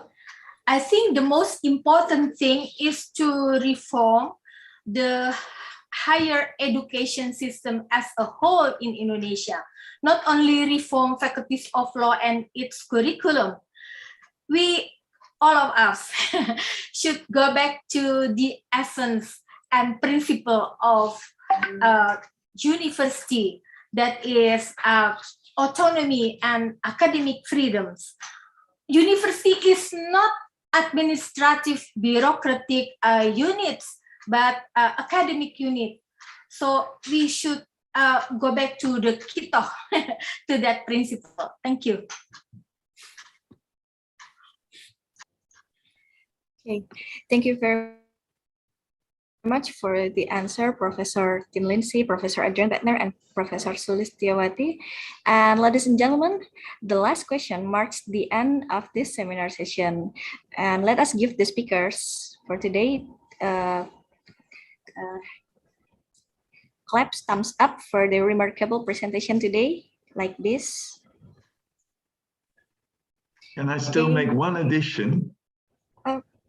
Okay, it's okay. Very practical. As I said during the presentation, we're involved in a project called Strengthening Legal Education in Eastern Indonesia.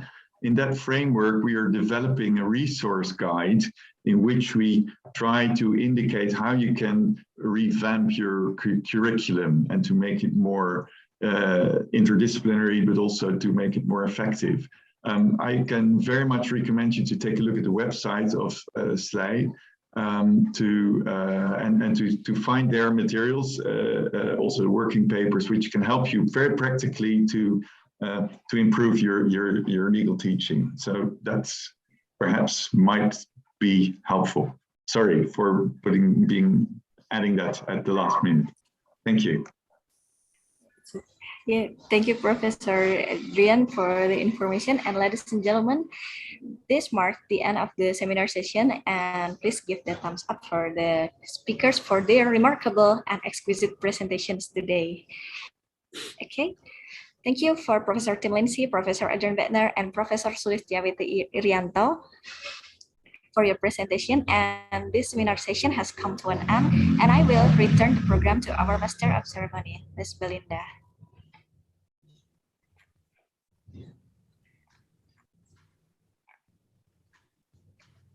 Thank you, Mrs. Sindiarnis and distinguished speakers.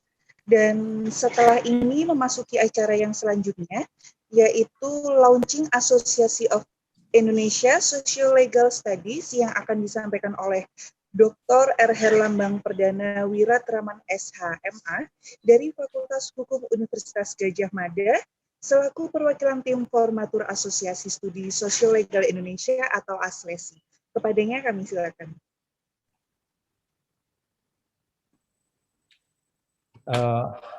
Terima kasih. Selamat sore semuanya. Selamat pagi untuk Pak Adrian. Selamat petang untuk Pak Tim di Australia. Pertama, Gus, mungkin harus dipelanin gitu. Mohon maaf, ini satu ruangan sama Pak Farizal. Jadi yang pertama, saya kira ini ada perkembangan baru yang diinisiasi oleh sejumlah akademisi di Indonesia untuk mendorong pembentukan Asosiasi Studi Sosio-Legal Indonesia atau disingkat ASLESI. Ya.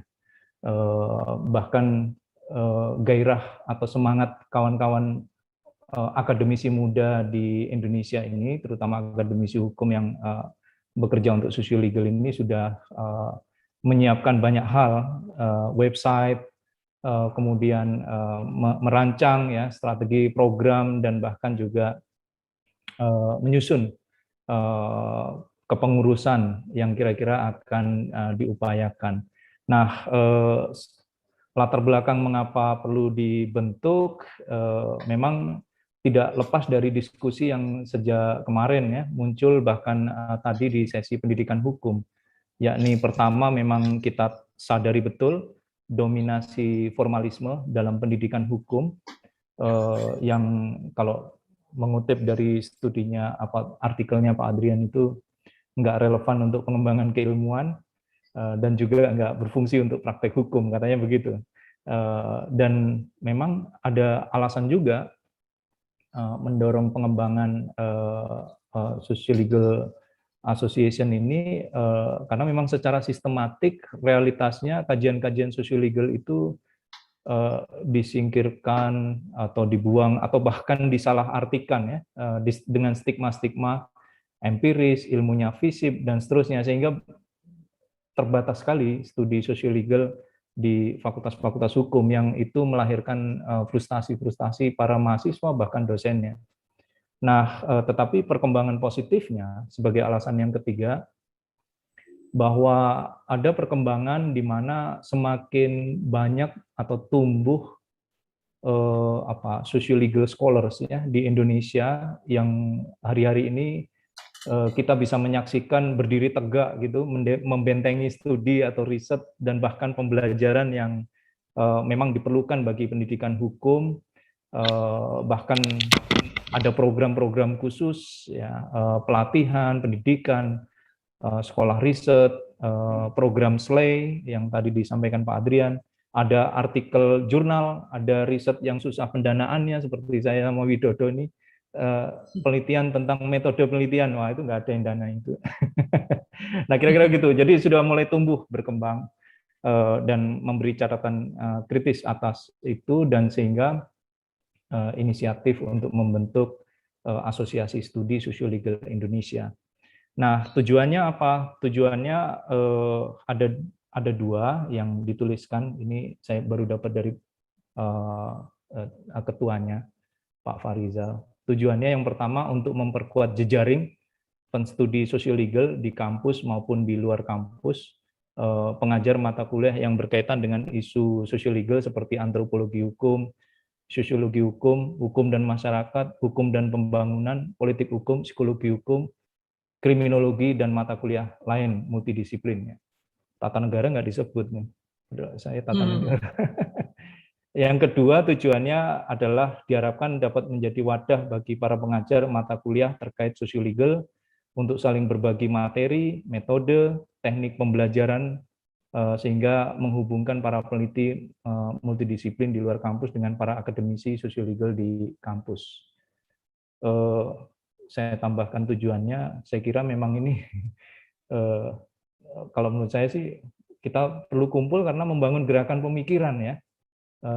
Mudah-mudahan ini Gus Farizal ada di depan saya nanti, bahwa perlu mengembangkan gerakan pemikiran untuk perubahan kebijakan yang lebih adaptif ya, terhadap upaya pendidikan hukum, terutama ketika dia harus memberikan keberpihakan terhadap soal-soal ketidakadilan ya, termasuk mendorong penguatan prinsip-prinsip negara hukum dan hak asasi manusia. Nah, kira-kira itu latar belakang dan mengapa perlu atau tujuannya membentuk aslesi. Ya. Formatur kepengurusan kebetulan ada beberapa nama, Fahrizal Afandi dari Universitas Brawijaya, Ricardo Simarmata dari UGM, Widodo Dwi Putro dari Unram. Saya lihat di sini juga hadir barusan. Begitu juga ditemani Pak Dekannya, Pak Ihsanuddin, Dekan Fakultas Hukum Unram. Ada Mbak Tita atau Dian Rositawati dari Jentera, kemudian Mbak Diah dari Fakultas Hukum UI, dan saya sendiri.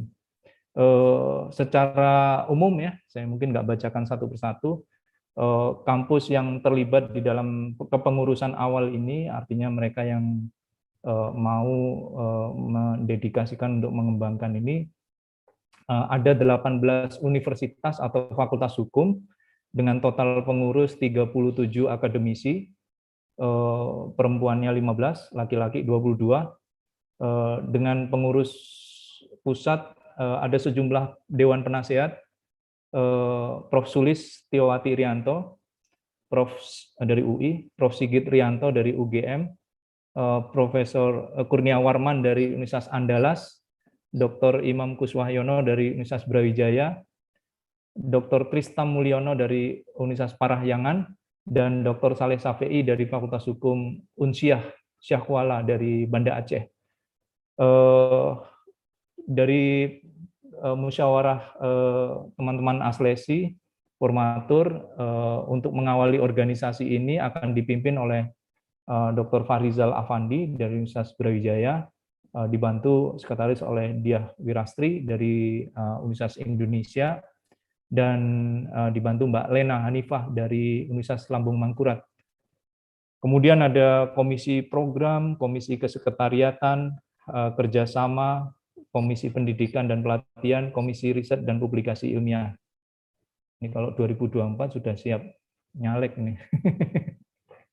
Saya kira itu apa namanya, memperkenalkan secara sepintas Aslesi, organisasinya, dan tentu harapannya mudah-mudahan organisasi atau asosiasi ini bertahan dengan stamina yang cukup untuk merawat pengembangan studi sosial-legal dan terbuka tentunya bagi mereka yang ingin bergabung atau bersama-sama berkolaborasi untuk mengembangkan studi sosial-legal. Nanti lebih jelasnya Pak Fahrizal Afandi akan menjelaskan beberapa hal yang barangkali lebih tepat untuk menyimak apa yang seharusnya dikerjakan dalam waktu dekat ini.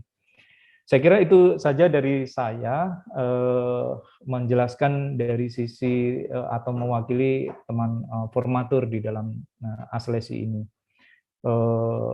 Kemudian berikutnya saya meminta, siapa Gus?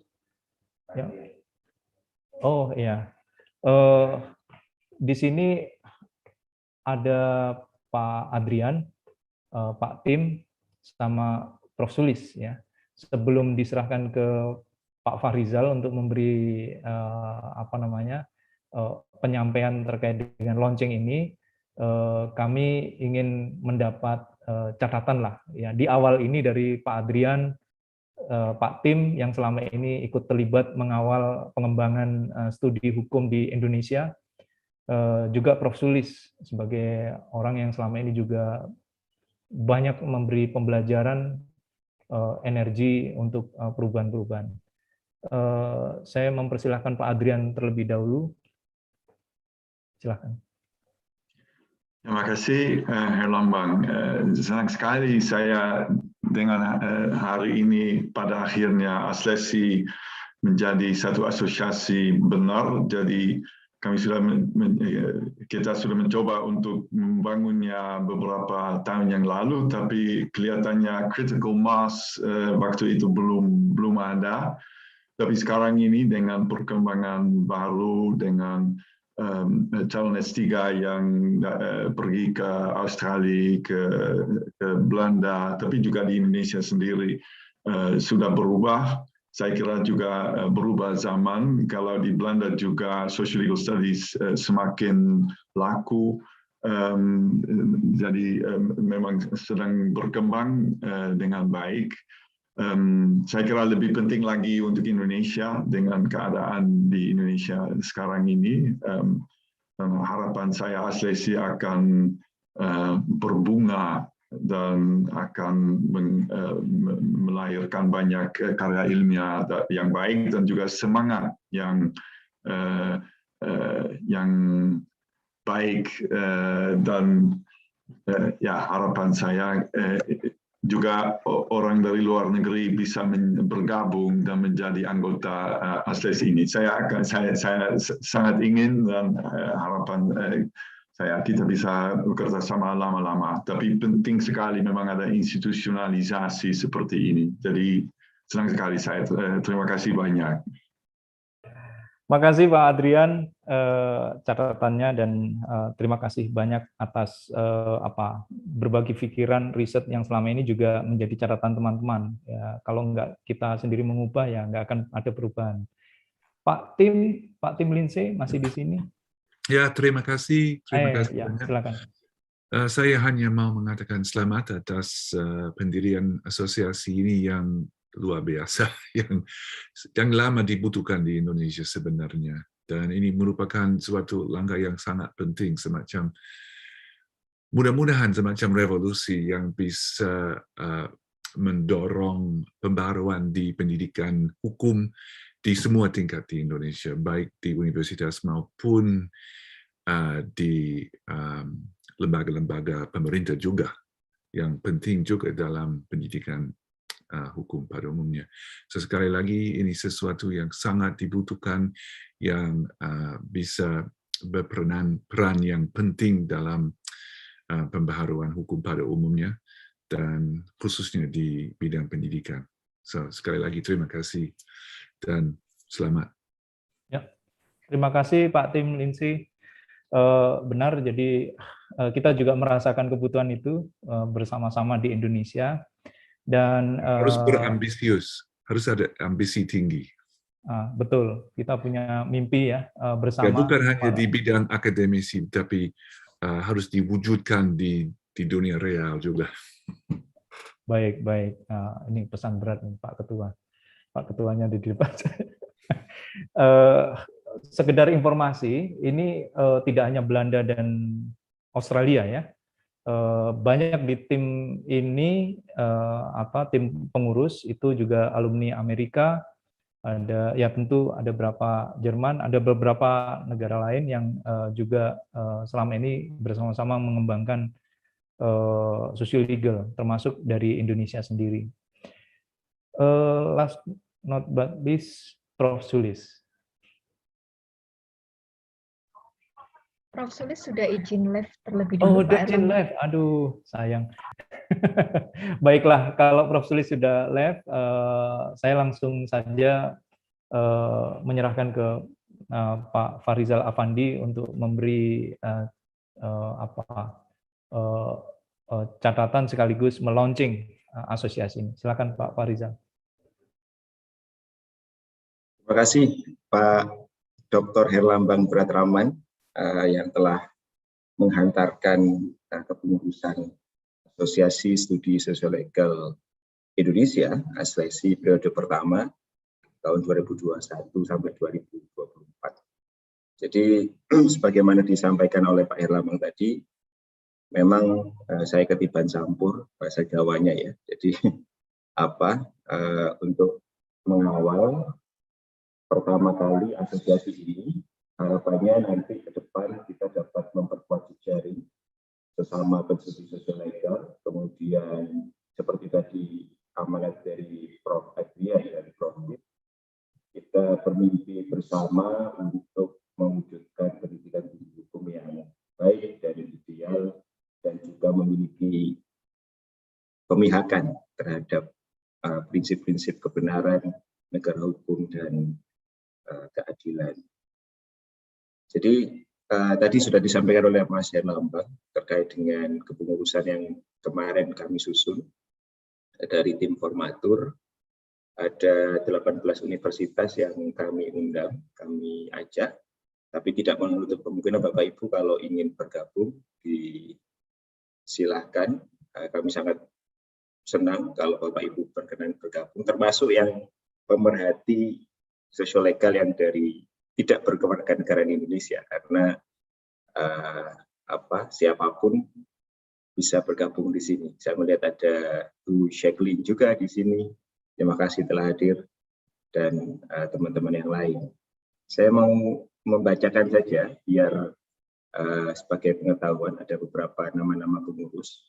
Karena ini launching, jadi saya mau menyampaikan pertama Dewan Penasehat, ketuanya tentu sesepuh dan senior kita, Profesor Sulistiawati Iranto sebagai koordinator Dewan Penasehat, kemudian ada Profesor Sigit Rianto dari UGM, Profesor Kurniawarman dari Universitas Andalas, guru saya Dr. Imam Kuswayano dari Universitas Brawijaya, senior saya Dr. Tirsta Mulyano dari Universitas Parahyangan, Dr. Syarek Syafi'i dari Fakultas Hukum Universitas Syekh Kuala.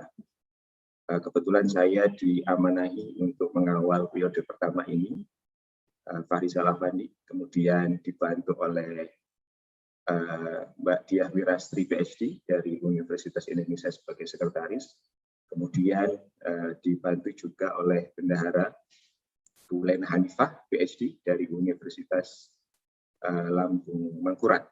Nah, untuk di komisi program ada koordinatornya Ibu Dr. Dian Rositawati dari Jentera, kemudian Milda Istiqomah PhD dari Universitas Brawijaya, ada Lili Suryani PhD dari LIPI atau BRIN ya sekarang, kemudian ada Rival Ahmad dari Jentera, ada Santiko Wagam dari Universitas Hasanuddin, Bilal Dewansyah dari Universitas Pajajaran, ada Mbak Tirta Wening dari Universitas Indonesia.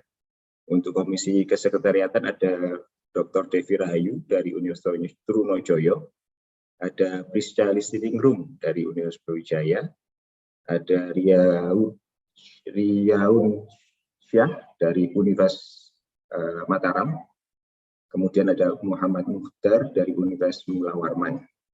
Untuk Komisi Kerjasama dan Pengembangan Jaringan, kita punya Mirza Satria Buwana, PhD dari Universitas Lambung Mangkurat, ada Mas Erlambang Wiratraman dari UGM, ada Yanja Arizona dari UGM, ada Dr. Herdiansyah Hamzah dari Universitas Mula Warman, ada Rambu Susanti dari Unkris Wina. Untuk Komisi Pendidikan dan Pelatihan, kita ada koordinatornya Ibu Dr. Lidwina Inge dari Universitas Indonesia. Kemudian ada Dr. Widodo Dwi Putro dari Universitas Mataram. Ada Amlapura Purna PhD dari Indonesia. Ada Dr. Awaludin Marwan dari Mas Fahrizal, maaf, suaranya tiba-tiba tidak terdengar jelas, Mas. Halo, tes? Ya, sekarang. Oke, saya ulangi. Dari Komisi Pendidikan dan Pelatihan ada Mbak Dr. Lidwina Inge dari Universitas Indonesia, kemudian Mas Widodo Dwi Putro dari Universitas Mataram, ada Mbak Amira Paripurna PhD dari Unair, ada Dr. Awaludin Marwan dari Ubara, ada Dr. Muhammad Latif Fauzi dari UIN Surakarta, ada Dr. Liven Rafael dari FHUKAW. Komisi Riset dan Publikasi Ilmiah dikomandani oleh senior saya, Bapak Dr. Ricardo Simarmata dari UGM, ada Mas Juni Arianto Kurniawan PhD dari Unair, ada Bang Rifki Asgaf PhD dari Jentera, ada Dr. Avensi Fania dari Unpati, ada Muhammad Bahrul LLM dari UNED Jember, dan terakhir ada Diah Prawestri Maharani dari Universitas Brawijaya. Jadi semoga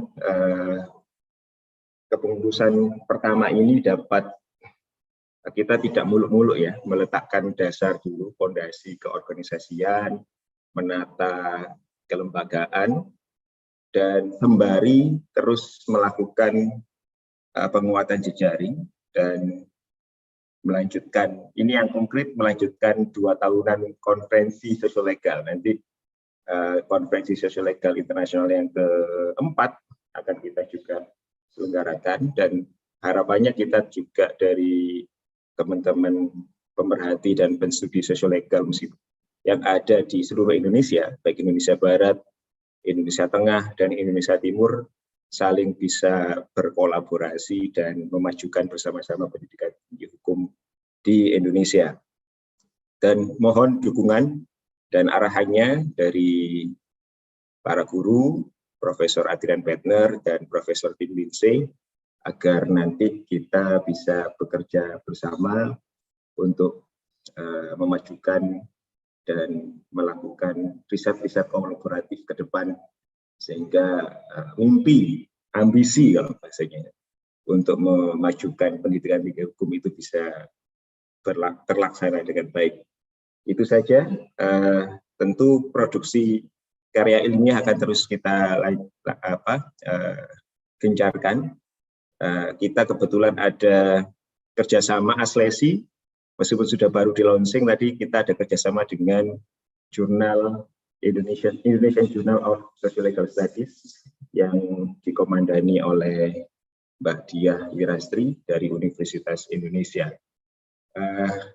Ibu Sulis kayaknya sudah hadir kembali, tapi kayaknya beliau lagi. Ibu Sulis? Oh iya.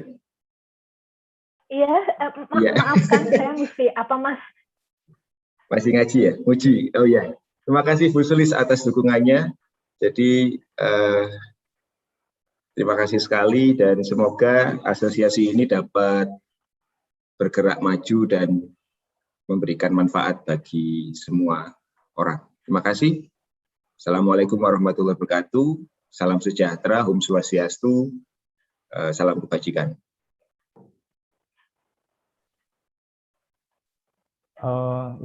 Karena Prof. Sulis sudah hadir, jadi Prof. Sulis menutup agenda launching ini. Mungkin ada catatan yang diberikan sebagai penasehatnya kita. Silakan. Terima kasih banyak sudah menunjuk saya jadi penasihat, karena biasanya orang itu ditempatkan sebagai Dewan Penasihat. Saya tentu saja sangat berbahagia Aslesi dihidupkan kembali dalam situasi yang sangat berbeda dengan beberapa tahun yang lalu, waktu kita membuat training Social Legal Studies dengan Van Vollenhoven Institute tahun 2000 awalnya itu, dan sekarang 2021 saya bahagia sekali teman-teman sudah banyak yang PhD, diantaranya lulus dari Leiden atau mungkin beberapa dari Australia juga.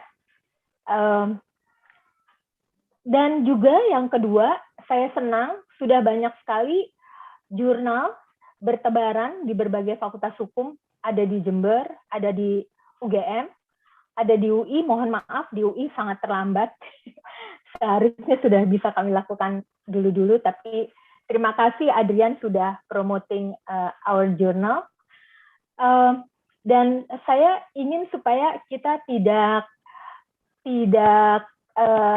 kosong ya, seperti sudah beberapa tahun ini kita rasakan Aslesi itu hanya namanya saja, nggak ada kegiatannya gitu.